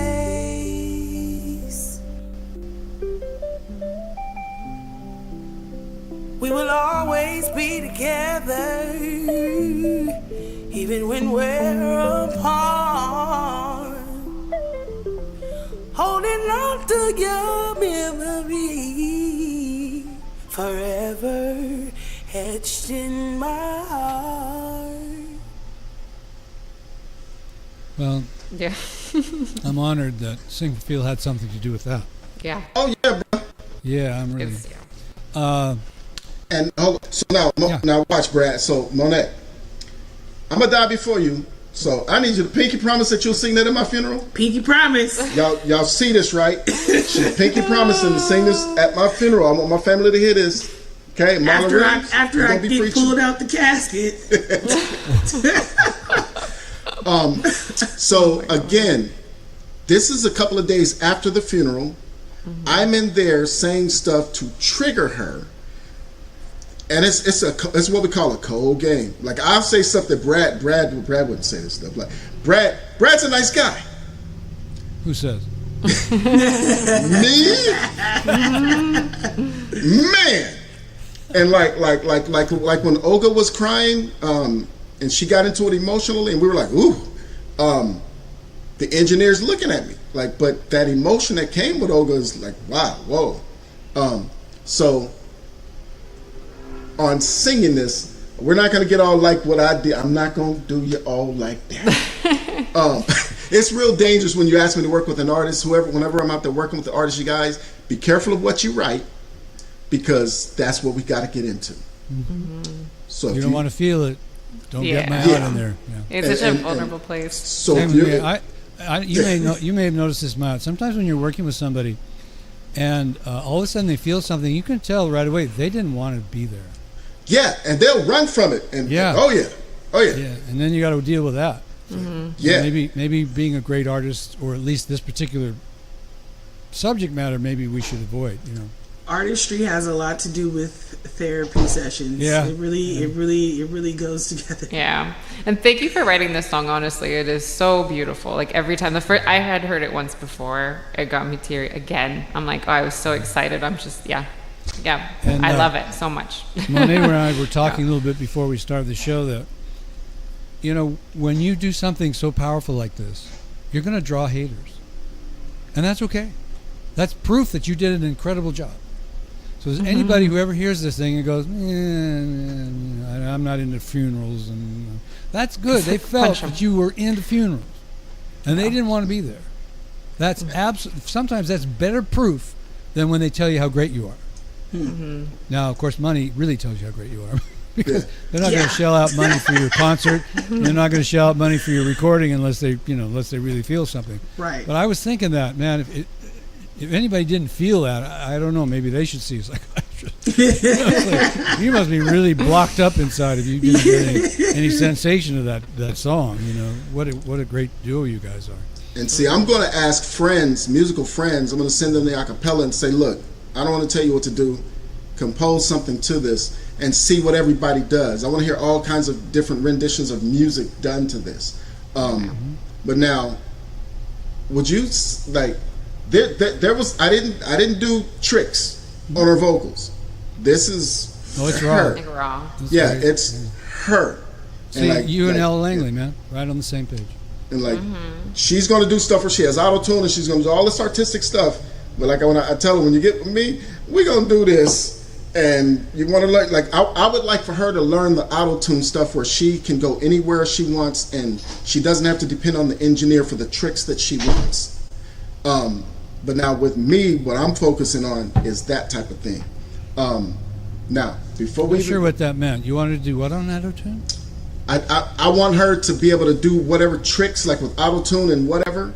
Oh, you mean engineer it herself? Yeah. What he's saying is... Melodyne's not that hard once you learn it, yeah. He doesn't want me to use... Ma'at does not allow me to use any tricks. He doesn't want any auto-tune. He wants straight, dry, raw vocals. He's like, do your auto-tune on your other songs. You can create what you want. But here, I have to leave all my auto-tune at the door. Yeah. Because the reality is a lot of people are the truth or have that ability to go to the heights, and they never will if somebody doesn't stop and say, hey, you really can, and go for it. Like you got to go for it. And I'm the place where I want to be that place where people go for it. Mm-hmm. Well, let me give you a great compliment. That's exactly the way Quincy Jones would explain it. Yeah. I had to work for him, I know. It's like, you just, his reel or it's out the door. Yep. And so when I get the people performing, it really is a thing of what are we trying to achieve? Like if I need them to be happy, we might pull out some comic books. Like we got to do something, whatever it is we can find that actually gets that person that emotion, and then have them sing. And so whoever comes in that room with spouse, child, whatever, they affect that. The recording is a sacred thing. So we may have to kick people out or bring people in, whatever it takes to get them into that mood. Mm-hmm. Turn the lights out, whatever, yeah. Whatever. Put a candle on. Yeah. So since you say that you know how to sing, just a little bit, just a little. You might want to sit back just a little, because it might, yeah. And would you sing really loud? Would you sing a bit of it? You don't have to sing all of it. Just sing a bit of it and then stop when you want, just so we can hear that whether or not you can actually sing. I know, because it totally might be fake. It totally could have been AI. You know, you got to be careful with. Well, we can have. I can play the track again. You can lip sync. We're gonna accuse you. Oh, Monae lip syncs. You know my God. Watch this. You know what? Don't even sing it in order. Pick parts and sing it out of order. I actually was going to do that. Oh, good. Right. Look at that. I was going to start from the back. And there's a reason. I'll explain why I said that. There's a reason why. I really was. I was thrilled. I don't know what it is, but I'm all ready for it. I think it's a great idea. We love it. Okay. So many of my angels, I wish I could hug one more time. That sounds intimate. Don't know how I'll get through, but Lord knows I'll try. We will always be together, even when we're apart. Holding on to your memory forever, etched in my heart. That girl can sing. Yeah. Put an applause in the chat box. Question: besides Ronnie, who died? A lot. Like who? Like this year? Who died? Period. That you actually care like that. My neighbor's mom, who was kind of like my godmom. My uncles, my brother. Your brother? What brother? What do you mean? I lost a lot of people. What do you mean, your brother? Yeah, I had a brother who was killed. I also had a couple. I was close to my boy cousins, so I've lost a lot of male role models in my family, I would say. And then it's more so getting my heart prepared for like losing my grandparents. Is the feeling in this song. Who got killed that just messed you up? My favorite cousin, Anthony Washington. How did we called Anthony him die? Wayne. How did he die? Gun violence. What do you mean? What happened? He was shot. Did you see it? No. So you didn't see any of the bloody clothes? Nope. Nothing? Did you attend the funeral? Yes. What did you see? I had to sing at the funeral. What did you see when you looked in that casket? Him, my cousin. Yeah, what did you see? How did it affect you and what did you see? I mean... Could we ask, what did you feel when you looked at him? Yeah, what did I feel? I was just like... I don't know. I don't really know how to put it in words. It was just... I didn't expect to see him in that way that young. I expected us to get wrinkly together before I had to deal with something like that. So... And it was like we had just seen each other, and we were just like, dang, you're doing so good. He had started accomplishing all his goals that he wanted to accomplish, so it was pretty. So if you could put all that unexpected. into 2 or 3 words, what emotions did you feel during that thought process? I would say a little disturbed. Mm-hmm. It's probably the best word I could come up with right now. What you feel is your business. You know? we just want to kind of get into it and say, oh, how does that happen? And actually, I have kind of a question for you. 2 questions, and then we'll let. I don't mean to interfere in but I just want to get these out for singers. There's 2 things that singers want to know. And do you have a gospel church background? I do. Yeah. So they want to know how you do the riffs. Okay. And they want to know how to growl. How to growl? How to growl. Like, right? Okay. Oh, you did that. You did in the song, on the recording, you did that. And you can either say I'm crazy or whatever, but when you made that sound in that recording, were you thinking, I'm going to growl? No. Right. I didn't know I growled until you just told me that. Oh, really? I was like, let me play it for you. It was right about 2 minutes. I didn't realize it was a growl. Oh, yeah, check it out. It was right about 2 minutes. I'm kind of trying to mark it. Hopefully I'll get the right place, but let's listen back. Wish I could hug one more time. Don't know how I'll get through. It's a little farther back. There we go. But Lord, Oh, you had a little bit of it there, but so many of my angels. there it is. Okay. Yeah, so people Like a little how do you do grunt that? in there. They want to say, how do you do that? And they're asking me like it's a technique. But you see, it's not a technique. I have to give credit to my granny. So I grew up singing in church. I was doing full ballads at 4. So I'm one of those people who, you have your musicians that are like F major, F minor. I have no idea of all that stuff. All I know is that's not on key. Yeah, and that's not on key. And it's due to my granny. She's a piano player, and so I was singing at weddings, doing songs from Kelly Price and Kiki Wyatt. Some kind of difficult stuff when you're little. So I think it just came from just that gospel background. A lot of like the Clark sisters, just the things that I grew up listening to kind of molded me into the singer that I am. And then I already have like a kind of raspy voice, so I was like, you know what, let me play off that and kind of just. But it was really purposeful there. So let me play it again and tell me what emotion if you can remember, what emotion did you feel when that growl came out? And it's etched in my heart. So many of my angels, I wish I could hug one more time. Can you kind of? It's the feeling. It's the feeling of how you would actually feel if you got to hug somebody that's really gone. It's literal. It's Everybody like listen to that's this. how it would sound if you know, if you have a grandparent or a mom or dad or a sibling, and like you wake up and like they're there and you get to have one last conversation or one last hug. It's just probably how I would sound. If I could pay you $1 million for that, I would. That information, all of you that are watching this now or listen to this later, that's incredible information. Now the other thing is the riffs. Everybody wants to know, you know, why the riffs, and do you know when and why you're going to do a riff? Never. Okay, that's interesting. I'm not one of those people. I know there's some artists that I've actually studied, because I study like the artists that I like. Yeah. And there are some that, like one of my favorites, Jasmine Sullivan, her riffs are just untouchable. But another mentor of mine made me realize some people sit there and they study those breakdowns. I mean, and then it gets easier to kind of just create. So I think it's probably a mixture of like learning some scales from like gospel artists that I was listening to, but then I just hear stuff and I just do it.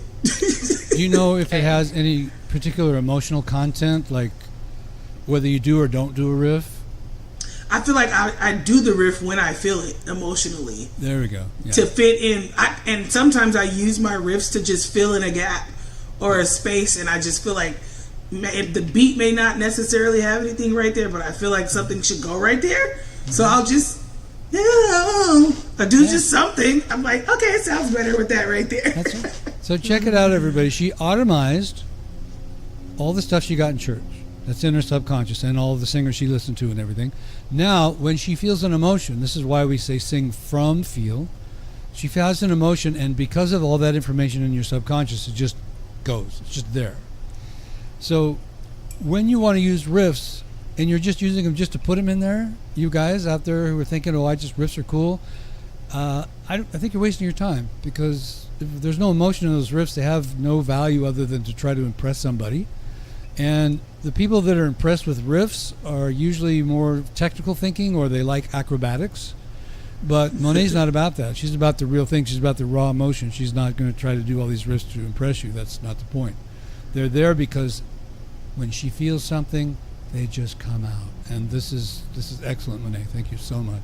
You're welcome. All right, Ma'at, I'll get out of your way. Go ahead. Now, on both of those, I'm going to give an example. Say you have a plush white carpet that is expensive, it's dirty, and you spend, say, $1,000 to get it cleaned, like shampooed, smelling good, it's fluffy, and then me and Brad been out there playing in the mud, and we come in and we're finna walk on this carpet.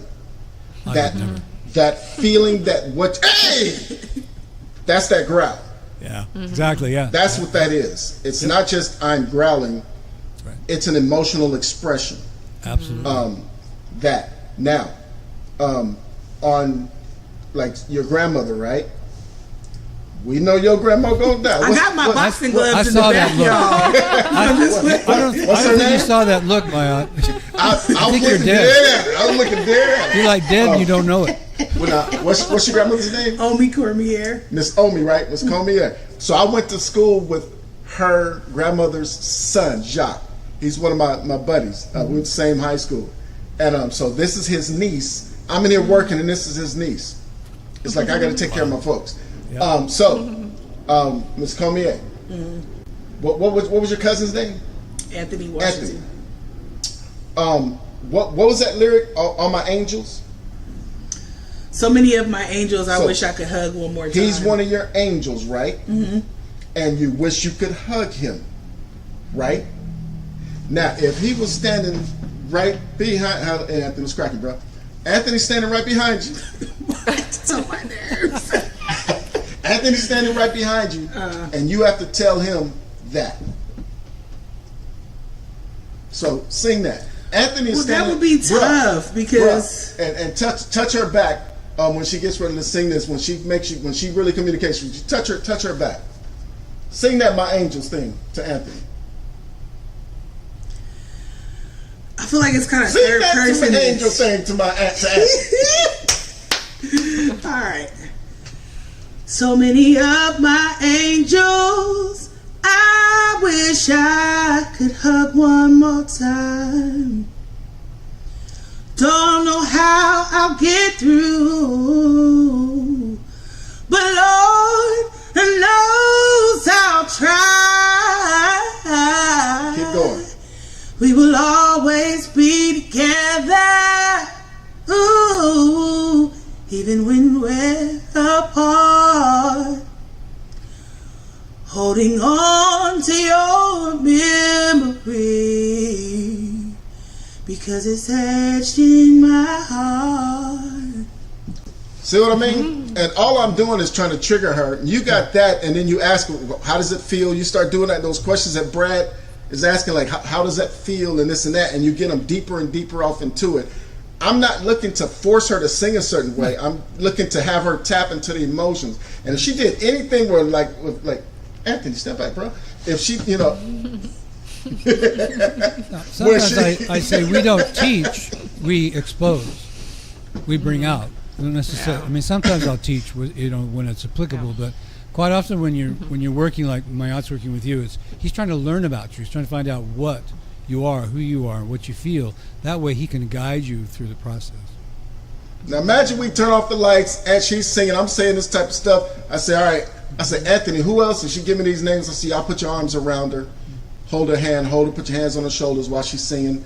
And she, ain't no telling what she finna perform.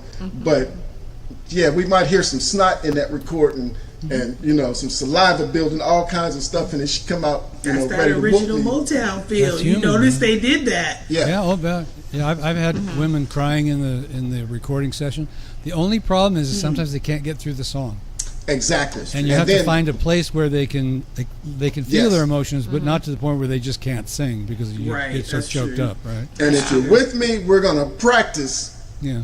You being able to sing through it. We're gonna practice because to me it's just another obstacle where you train and you practice to get through that. It is. Yeah, Especially when you have to sing at the celebration of life.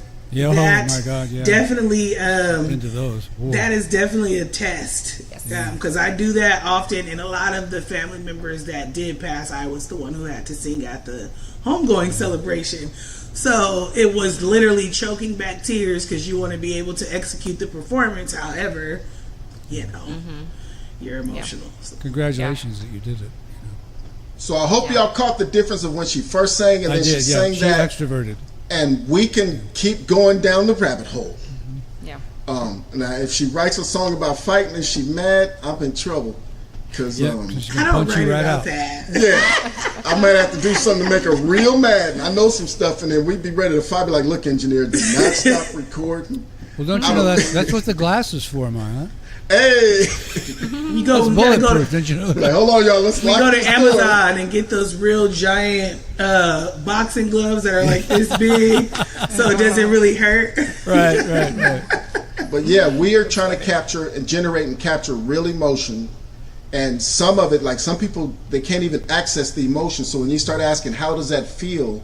They don't, it's like, how does it feel? I don't know. Well, no. You have to go keep down digging. that rabbit hole.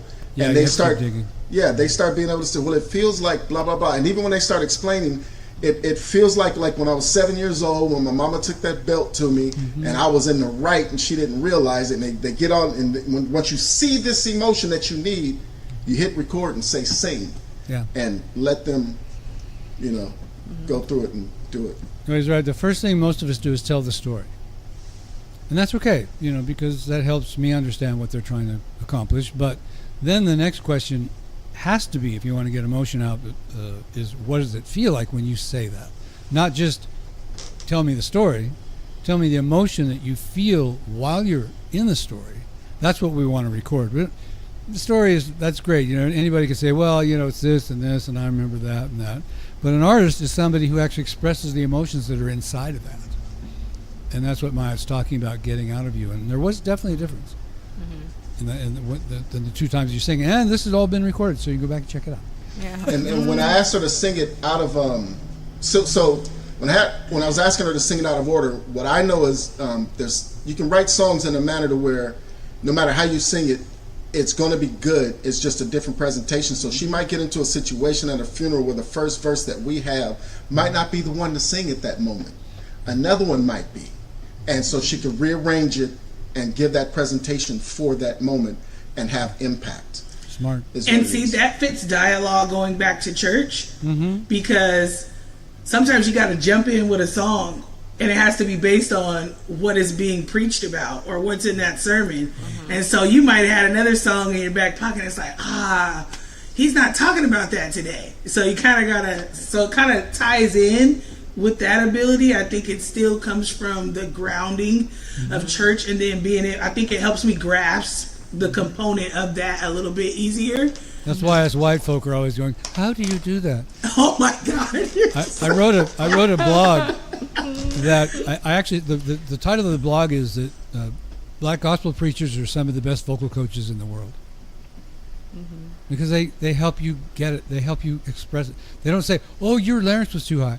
Oh, your tongue's too tight. Oh, blah, blah, blah. No, they let it out. Just let it go. And sometimes you sing better technically when you're emotional than when you try to sing it just technically. Right. I've heard that a lot. And I know there's a group of voice teachers who don't believe that's true because they say the technique is so intellectual, it has to be so right that emotion interferes. Imagine that, emotion interfering with your singing. I'm just like, I don't know. All right, You wouldn't like yeah. music. But see, Brad, Exactly. You don't know music. that's a good point, because if a person is actually going for that and I'm over here going for the emotion, we're not a good fit. Like, it's the wrong thing. But there's a use for that. Like, say if they're doing a movie and they need that in the movie and I'm over here doing this emotion stuff, it's a no. So it's not like, Well, it's not right or wrong. Right, Yeah. right. What are we trying to achieve? Right. Because like you, it's goal oriented. What are we trying to achieve? Now, real quick, songwriting. I want to have this in the recording. Y'all go look up the song "On the Other Hand." That one's a Randy Travis one, and just if you don't like country, ignore that it's country. Listen to what is being said, Right. and watch what happens. On the other hand, and I agree. She let herself go. There's a song called "She Let Herself Go." I don't want to say anything else. Just listen to it and see what happens. And there's a song, "Hello Walls" by Faron. Well, listen to that version. Hello, Walls. Listen to that version. "Hello Walls." I'm talking just songwriting. Just when I start songwriting with people, this is the type of stuff that I'm talking about.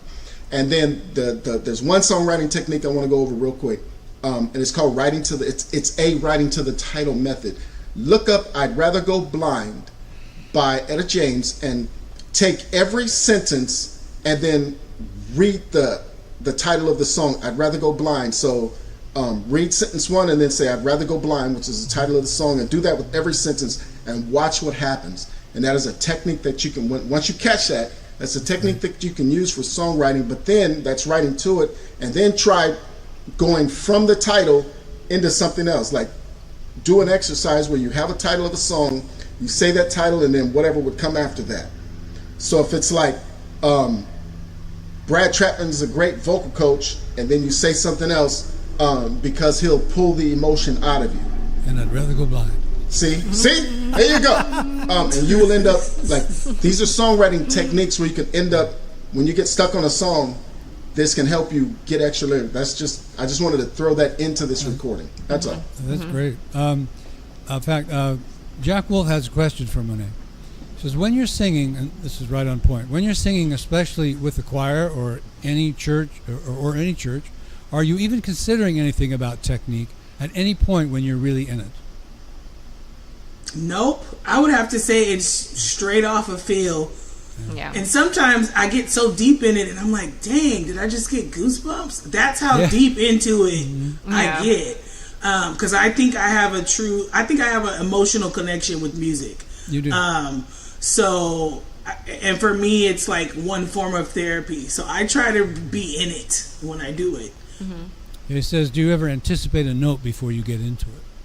I'd say sometimes. You say no again. Sometimes. Okay. It depends. I tend to, if it's like a note that I feel like is a high one, I anticipate the high notes because I'm just naturally a low girl. So I try to create my high note ahead of time and kind of just have my riff ready to bring it back down.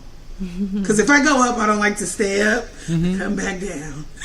So it's like, hold on.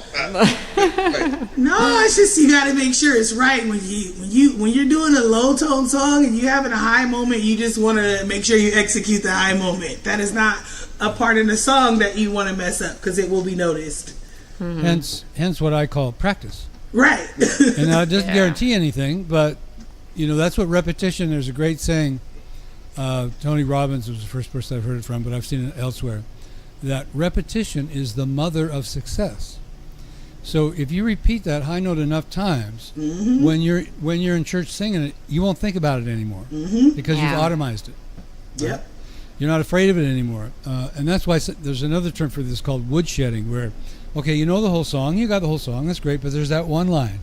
Right. And you're not so sure. You just go over that. Yeah. So you just go over that one line. Yeah. Forget the whole song. You got the whole song. Just do the one line until now it all matches. Yeah. Now there's no worry about it. And musicians should take this advice as well. You know, if there's a chord change coming up and they're not so sure about how to go from G to D minor there at that one particular spot, they need to take that and just go G, D minor, G, D minor, G, until they don't have to think about it anymore, because it'll affect the rhythm. And as a singer, what helps me too, when it's something like that, where you're going in between notes and you need to remember, because you don't want to get off key in front of people, even waking up out your sleep and just practice it.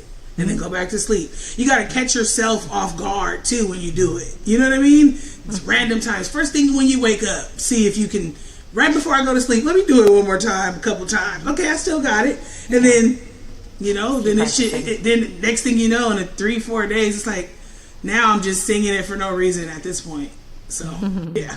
Well, yeah, you don't want to do that kind of repetition, I guess. Yeah. But you know, what Ma'at and I are talking about, and Ma'at's mentioned already that, and so have I, that every time you sing it, there's a different emotion in you because you're a human being. So it's always a little different. Mm-hmm. It's never exactly the same unless you turn the emotions off and say, okay, this is what I planned and this is what I'm going to do. Yeah. You know what, Brad, for the longest time growing up, I was always very like mechanical. I guess I was on, I need to learn it just like the singer, right? And honestly, it was only like a year and a half ago when I started writing my own songs and learning from Ma'at and others, you know, that I'm truly, truly experiencing what it's like to let go, because there's creativity that I have to input into my own songs. And I was practicing at last for fun. I love singing it, but at the end, I'm like, how can I make this fun? And then I was definitely in the zone, and I'm like, I need to figure out a way to end it in a unique way, in my own way. You know, I've sang this song so many times, but how can I make it more original? But I had gotten so much into the zone that I could never remember what I had done in the end every time. I was like, ugh. I'm like, I don't remember what I did. I loved it, but I can't replicate it. And then I kept doing something else that was cool, and then something else that was cool. So I am loving all of that. And I'm so jealous of Monae. Like, you grew up kind of doing that immediately, as, you know, once you knew you could sing, which is amazing. So it's awesome. You have to feel sad for us poor crackers. Oh my God. There's a lot of singers, there's a lot of performances where the performance is never the same when they go out on stage at night or whatever. It's never the same. And what are you going to do? I don't know. I'm going to sing the song. And it's just, they get out there and they do it. And you will ask them, what did you do? And I have no idea. And I love the statement when a singer says, they walk off the stage and go, where was I? Yeah, you're so caught up into it. Yeah, you have to record it to show you what you did, and that's a beautiful thing. So this is another thing I got from Brad. So watch this. If I'm working with an artist, if I can over time get that artist to stop judging themselves and let me be the judge, it frees them up to where they can get into what they're doing and then ask me, how did I do? That's to where once we get to that, we can start like knocking stuff out and without even trying. And you'll have a bunch of recordings where you go back and listen and be like, wow, I did that. That right there. There's one other statement you may have forgotten that I think is a little more powerful, is not how did I do, how do you feel? You just heard me say, what do you feel? Yeah. And because that advice you can use. You can say, oh, you felt sad. Well, I felt sad too. I have a statement for this, Monae. All of you, I think, can get this, because, you know, we all want some structure in our lives. We want to let go as well, sure. But if there's no structure at all, it's just chaos. I mean, it's just like flat notes, sharp notes, everything's completely off. But when you're feeling emotions, Monae, I'll feel it. That's black and white. You feel it, I'll feel it. There's no question about that. So if you want to reflect and say, man, I felt that, you know, when I growled, well, we felt the emotion. Maybe some of us didn't even notice you growled, but we felt the emotion. Thank you for that. You can't get around that. You can't say, oh, I felt it, they didn't. Well, maybe if they're sociopaths, right? But, you know, it's so concrete. There's one other visualization. So music is considered a universal language. Okay, well, one of the reasons is because it expresses emotions. So let's say you're in a city that you've never been in, you don't know the culture, you don't know the language, you don't know anything. But you're walking down the street and you hear, right. Are you going to go? I don't know what was that? No, you said somebody's feeling sad. Right. Somebody's hurting. Right. Or they're laughing. Oh my God, somebody's having a blast out there. Wonder what they're doing. Right. In a totally different language. Right. So you can be very concrete about that, but it does help sometimes to say to the producer, like, "What'd you feel?" Right. Just to get a little bit of feedback. But what did you think? The problem with what do you think is then we get mechanical again. Oh well, I thought that rhythm was the timing wasn't on. Timing. You get these producers who are musicians, and they want to impose their musical talent. Oh, I think you were a little sharp there. I think you could. I think if you hit that high note, it could be a little better. They want to control your performance. And all I can tell you from my experiences is, and I think you know this already, and you're learning this, Olga, is you get somebody like that in the studio, it's time to go home. You're not going to get anywhere with those people because they've got their own agenda. Yeah. And you can't sing their emotions because then now you're acting. That's where we've talked, Ma'at's, about the acting is. And I want to clear something up, Ma'at. You said so that the movie director wants you to feel your own feelings, but aren't you playing a character still? I mean, aren't you supposed to represent the character in the story? Absolutely. But so how do you do that? Like right now, Brad, you're a character. You absolutely are a character, but you don't know. But you're not sitting there. Brad would do such and such. As she was singing, she was getting into character. Right, but it's pre-written. In a story, it's pre-written though. So's her lyrics. That's true. Okay. So shut up. Well, one of the techniques. I'm trying to remember his name. There's Michael Hagee and something Tyler. Wait, I don't remember. It was someone. Okay, y'all. So this getting old is to where you forget stuff. Once this video is over, I'll remember who he is. But there's one of the directors where what he does is he'll ask permission to talk to whatever the character's name is, and he'll start having a conversation with that person, and that person doesn't know that they're in the movie. Oh. And he may not have written the whole script out or everything, and that person is sitting there reacting. Like ask, well, how do you feel about the divorce between your mother and your father? And it's not even written in the script, and he got to answer. And he'll work the characters up doing that, and then throw them into the scene, and then they know their lines, and now they're feeling this emotion and reacting as the character. Right. It's like embodying it. Yeah, but there's no set rule on it has to be done like this. It's just like when Monae sang, they're into the emotion. And they know who the character is, but they're into the emotion of it, and it's the same stuff as what I just did to her, where I asked her about her grandmother, and I could have went down that rabbit hole, which she said, I know you better not. Ooh, I'm gonna get you when you're offline. But they get the person into the character, into the emotion, but it's not getting them into the character where you're being fake. Getting you into character allows you to stop being yourself where you judge. And let me clarify that. An artist will write something it's called introspection and not sing it, not want to sing it because, my father would feel a certain way. Well, then why'd you write it? So we can take it off of that person and have Stephanie singing it, and Stephanie goes all out. And so the person can actually perform it fully emotionally and stuff without worrying about their father and what he would think. It's a mind thing. Yeah, that's introspection. It's introspection? Okay. Yeah, it's an interesting skill, but everybody has it. You think about sometimes when you're working with a singer and you're hearing these words, but there's nobody home.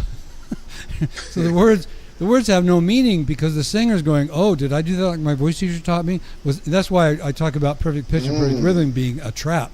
Because you get caught up in that. Oh, am I perfectly on pitch? Oh, am I perfectly on rhythm? Was my vibrato 6 times a second like Seth Reece told me it always had to be? And am I on top of the pitch and all that kind of stuff? But you're actually singing words, but they have no meaning even to the person singing them. No meaning. And so what it means by introspection is that you're introspecting. You're internal and you're inspecting yourself. Okay. Yeah, so it's kind of a quick word of putting two things together, but you're looking inside and you're inspecting yourself. and you can't. Now you can do that with emotions. That's interesting, because at least you're in real time and the words have some meaning. But still, if you can get to the point where you're not even doing that, that's really good. Well, the technique is a Mark Travis technique. I just looked it up on my phone because I've got recordings of him. The Mark Travis technique. If you guys look it up, you can watch him. Like you can get with people who are new and get them to be in emotion. So whatever way you can get a person to access real emotions, that's it. It's not about this technique is that perfect or whatever. But it's interesting when you can talk to a person and get them to not to get past any of the hang-ups. Like, well, I wouldn't do that. Right. I wouldn't sing high-pitched. Well, Melanie would. Mm-hmm. And get them to be Melanie. Mm-hmm. And which really what that means is letting go of their hang-ups and holdbacks to where they would go ahead and do it because it's not on them personally. But when you watch Mark Travis do it, it's amazing. It's like, Yeah, there's a new saying. Well, I don't know if it's a new saying, but it's become really popular now. The saying, be in the moment. Right. Yes. Live in the moment. Yeah.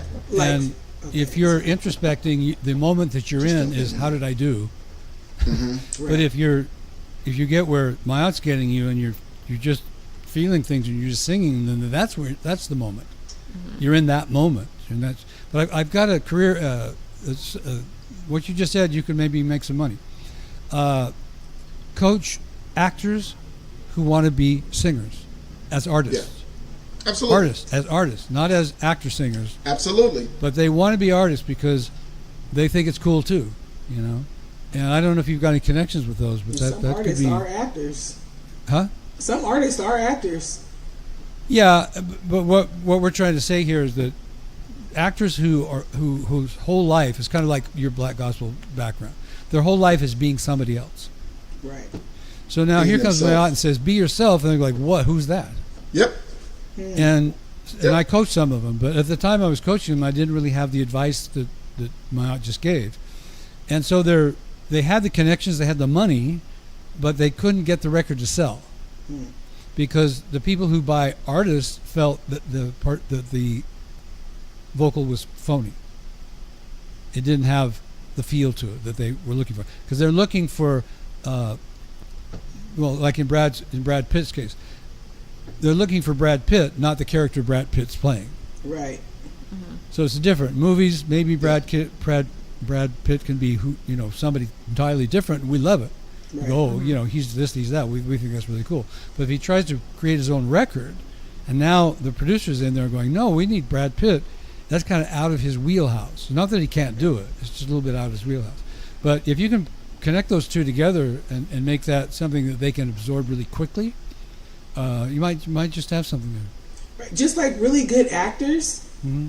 if they're playing a certain role, you notice how some of the really good actors, they will actually, to embody that person, they'll actually go be that, go sit with them, have them tell them their whole life story, see what they eat for breakfast every day, what their work, like really be that person and then play their role in a film. Mm-hmm. And it's like a total different feel because you have to take time to try to get out of your, like say if I wasn't doing an emotional song, my struggle would be say a happy song or super walking through the park, making my way downtown, something like that. I would have to you know what I'm saying? Sunshine. Yeah, you know what I'm saying? So it's like I would need to have a whole background of things that make me happy that day. I need to do a whole bunch of things to get myself in that mood. Find the happiest person. We need to have a conversation. It's like you got to try to study and deep dive into that so you don't feel like you're acting like it. You feel like you're actually that at that moment. Well, you need to become that. Yeah. And there's some advice on that too, is don't sing songs you don't feel. Yeah. Pass them. So that's a great song, but it's not me. That's true. Mm-hmm. It might be you in 20 years. You don't know. It might be you tomorrow, but sometimes in the movies you'll see the situation where there's a guy at the piano and there's a stack of music and there's a singer. And the singer's handing it to the pianist and then they do it. And they go, nah, pass that. Throw it away. And they grab another one, pass that. No, this one. Yeah, I feel this one. Okay, let's work on that one. So they're literally trying to find, all of this stuff that's been handed to them by writers what they can connect to, because they know if they can't connect to it, it's going to come out poorly, right? So, but what you're taking it another level, which would be really interesting to work as well. Like put somebody in a song that they really can't relate to, and see if they can figure out some way to get the emotions out. That'd be. I don't know if it'd be worth doing, but it would be a challenge. Well, for great artists, sometimes you have to. Well, so check this out. So if you have a song, say you've never had love, or you've never loved a person, and the song is saying, I don't want you out of my life. Please, if you ever leave, please return. So there's this whole thing about it. And you're like, I don't have anybody I feel that way, but there's this little puppy that you've been raising. So you sing it about the puppy. Look, puppy, what happens if this puppy goes out? Yeah. So this puppy leaves and never comes back, and oh no, that's my family. That's the love of my life. Hold up, well, we're finna sing about this puppy. And it's things like that. You got to find something where there's a connection. Do they call that method acting? Ew. Is that the term? I've heard the term method acting. I thought that's what it was. Maybe not. I don't know I don't think that's method acting, but that's a real emotion. Missing that puppy. Do you not know how these people be with these animals? Yes. Like these people be talking like this is like their child, like Olga's child. Like no, but yes. Like you find really something where you have the real emotion, But man, now I got to go back and relook on what method acting is, because I even got a book on method writing. Rap. Ooh, Brad. Shorthand a little bit. Ma'at, what would it mean? This person chatted. Best viewers, rankexpert.ru. Best viewers, rankexpert. Yeah, it's one word. rankxpert.ru. Best viewers. Don't know what it means. Anyway, if you'd like to clear that up for us, we'd appreciate it. Whoever wrote it. I can't say your handle there. It's hip carry Ella whatever. I'm not good at handles. I'm not. You said rank? Yeah. It's one word. rankxpert. So like rankexpert.ru. The actual letters RU. They might be asking how if we were to rank ourselves as experts. I don't know. I don't even go that. I couldn't even do that because and you can be in and out. It's really tapping into real deal stuff. I might say I'm sitting here and I'm really feeling this. That doesn't mean that the audience is going to feel it. So we still got to test it. They're going to feel something though. That's what I was saying. That's the black and white part. They're going to feel something. Oh yeah. It's like that. Even that thought of ranking yourself as an expert in men, always searching, doesn't fit. Always trying to tap into that. Would like, am I an expert on when a person is angry at me? No, but I can identify it. Mm-hmm. Right. It's that type of thing, and getting sensitive to it. And part of what made me get back sensitive to it was somebody told me to stop and watch movies and the news and whatever with no sound, and try watching body language. Right? Yeah, and try to see and be able to judge and feel with no sound. Mm-hmm. And I did that. I've done that for years. And like we do that when we listen to songs, it's just sound. But to try to get in touch with emotional stuff, and I became real sensitive. But as ranking an expert, yeah, what you can do press play is press play. Like you heard Ma'at and Monay's work, feel free to rank it, right? But I mean, if I had degrees from the university on my wall, it would mean absolutely nothing in this industry. They could care less. Even the platinum records are just something you did in the industry worked, but that doesn't necessarily mean you're going to work for me. You might be the wrong partner for me to do a record. Right? Like some voice teachers like to say, I'm the #1 voice teacher in the world. Well, for whom? Mm-hmm. Right. For whom? Yep. Right? Maybe not for me, maybe for me. I mean, Seth worked out really well for me. But I did have to remove myself from his technical implications. Right. If there were any voice teachers watching you sing, Monae, that have this kind of background, they could be on you. They could be, she strained there, like, well, that vowel was not right, and screw them. It doesn't mean anything. that's your business, right? How you sing, how you produce your vowels, whatever. Now, what did happen when I was Seth Rick's partner that kind of made us famous was singers like Anita Baker would be on tour, and because of some of these issues that their voices were doing, it was causing them touring problems. So they wanted to fix those. So we came in and we fixed them, but we didn't tell them how to sing. At least I didn't. I just said, look, we'll fix this so that you can continue to tour. But and then Seth did sometimes. He said, look, you can't be doing that. That's not right. But artists don't work that way. You can't tell them what to do. It's just no, that's not art anymore, right? So now these two are writing songs. I have no idea if Olga still is looking for people to write with. Hopefully there's people in Vegas who are listening to this and you find Olga. So listen, right now, but she's moving. She's moving. Well, I don't know. We'll see. We'll do it. But what I am itching for right now is like I hear Monae and I have this song and I'm like it's exploding out of me, but I can't sing it like the style that I need it to be, and I feel like she could just deliver it. It's like it would be more, I guess, gospel Christian, and I feel like it's just like it. Yeah, I feel like we should do that. If it's okay with Monae, you can take a recording and you can put it on Audacity. You can slow it down and listen. We should do that. We should actually record. Oh my God! Like where you record other people's songs. Like we should do that. Only if I can write one back for Olga. Yes, please. Give me a sad one. A sad one. Yes. She can put all the emotion in there. Yeah, and I will. Yeah, I would love that. For sure. So you've vocal produced before, right? Mm-hmm.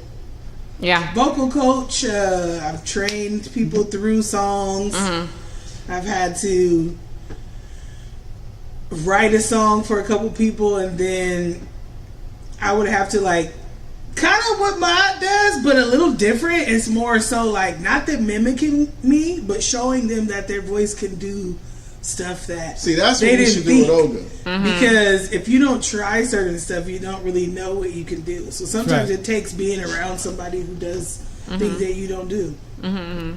Yeah, you need to definitely that freedom you were talking about, Olga. You want to have that freedom to like a modern painter has. He throws some red ink or paint at the canvas and he goes, I don't think I like that. I'm going to erase that. Okay, then I'm going to throw up something else. And then after, 10, 15 times, he's got 10 or 15 colors up there and he's going, yeah. But for a while, he's throwing them out there. I'd hate him, get rid of it. But but the willingness to throw it out there and see what it's going to look like, right? That's an artist has to get to that point rather than, I'm afraid. I'm afraid to throw that red up there. It might look ugly. Yeah. I always say, what's the worst that can happen? You don't like it? Delete it. Yeah. But what if you try it and it's oh my God, I didn't know I could do that. Mm-hmm. Now you created magic. But as you know, some people, that's their biggest fear. I mean, they'd rather deal with a guy with a knife than put their own emotions out there. Yeah. And so we have to, we just have to go, you're talking about the big boxing gloves, right? You just have to use kid gloves and, work it out so that, that it's happy. But some people are just not going to do this. Mm-hmm. Ma'at knows that better than anybody. He's fought with quite a few singers over his time, rappers and so forth, and it's just not going to work, and we can't control that, but we can certainly teach them. And I really appreciate you doing that, man. That's, big thumbs up for you taking that on, because what we're talking about today, 25 years ago, like Ma'at said, he didn't know I was the one that created it until he was looking at my old Sing From Feel Facebook site. And I said, well, that's me. He said, what? Well, back 25 years ago, I was researching on the internet anybody who would teach anything that we're talking about right now. I didn't find a soul. Mm-hmm. Now you can find people who are talking about it, and some people are saying they're teaching it. Whether they're using our methodology or not, I don't know. That's not important to me. It's important to whoever's going to buy whoever's book, But the Sing for Feel system is specifically designed to bring all of this information out there, to make it common knowledge, so that even when we're hearing somebody out there busking, that that's somebody singing on the corner, right, just with a guitar laying down there. If you don't know what busking means, even those people are singing with emotion now, rather than just being robots. We can change the world with this methodology, but it's got to be exposed, and I appreciate you guys so much for coming on here and exposing it. So we've been going quite a while. So but Anthony, Anthony said you're welcome. Yeah. Oh, okay. Who's that? Oh, that's the imagery. That's the imaginary cousin. Yeah. Okay. That's her dead. He's dead. I know. I'm trying to catch up here. But I want to thank all of you so much for contributing to this. And Jack Wolf, by the way, said, "Bye, everyone. This is really insightful and inspirational info today. Thank you all for sharing your amazing talents and skills." Peace out, Jack. Oh, thank you. Yeah, it's so. And my name is Monay Sha Reece. You got to say the whole thing? Yes. Oh, I'm sorry. Monay Sha Reece. Sha Reece. Monay Sha Reece. So, okay. So it looks like three different words. Monay Sha Reece. Sha Reece. No, but you're saying there's no Ray. You're saying they hook up. Ray Sha Reece. Monay Sha Reece. Sha Reece. Oh, well, how? Yeah, when you go back and read it, you'll see it's Monay Sha Reece. When you read it, you'll see. Okay. Yeah. Okay. I'll take the challenge on. Yeah, when you go back and read it, you'll see it'll say Monae and then Sha Reece. We put a lot of syllables in our names. I'm just kidding. Black folk be doing all kind of stuff. Yeah, but you got nothing on the Europeans. I mean, I've seen tennis players with 5 syllables in their name. It's like, what? I'm trying to figure out how do you say that. Anyway, so I'll let these folks go, and then I've just got a little bit of a closing statement to finish the show. And again, thank you so much. Anytime you guys want to do this again, we'd love it. And thank you, Brad, for teaching me the Sing from Field. Thank you. You're so welcome. All right, so here's the closing saying. Okay, so let's look at this. You saw what actually is happening. You heard it. You could see it. When you listen this way, you stop hearing singing as notes and tone. You start hearing the choices that make something believable. We've been there all afternoon. That's the difference between sounding correct, we talked about that, technically correct, and sounding real. And that's a technique. That's correct, to sound real. And if you can't hear those choices, if they're not in your mind, then you can't sing them. And that's why I developed Sing from Feel. So what you heard today with Ella Langley and with Monae and with Olga, and listening to the words of the great Ma'at Hotep, every strong singer is doing this. Most people just don't know how to identify it. They don't know how to get it. They don't know how to feel it. So that's exactly what the Sing from Feel mastery system trains.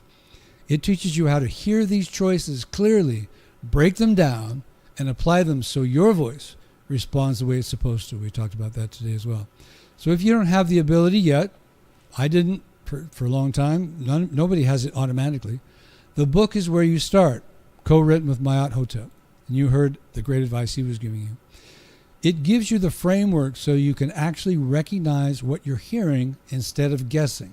No more guessing. You know what you're doing. If you feel it, they'll feel it. Then the 30 videos in the system that make absolutely sure you know exactly what you're doing. That's what we did today. They're all in the videos. You can use any artist you want. If you want to pull Big Bird out and see how he sings, go for it, right? And apply that to any artist you choose. That's kind of where I was heading. So if you're serious about fixing it and being able to do it consistently, that's what the full system is for. It covers virtually everything that we could think of. Because this doesn't correct itself over time, you can keep singing the same way and it's not going to change. You either train your ear to hear what's real, what's really happening in this industry, or you keep repeating the same patterns and wondering why it doesn't land. You keep learning from sheet music, you keep doing what the sheet music does, and you're going to get polite applause, and that's as far as it's going to go. That's my experience talking. So the next step is straightforward. Stop guessing, train your ear, and start making these choices on purpose. Because once you can hear it, you can control it. And when you can control it, you don't sound like someone just trying to sing. You sound unbelievable. So go to the chat room or go to the description beneath, get the link, start working on this now, and I'll give you my closing statement here. Now, go feel something.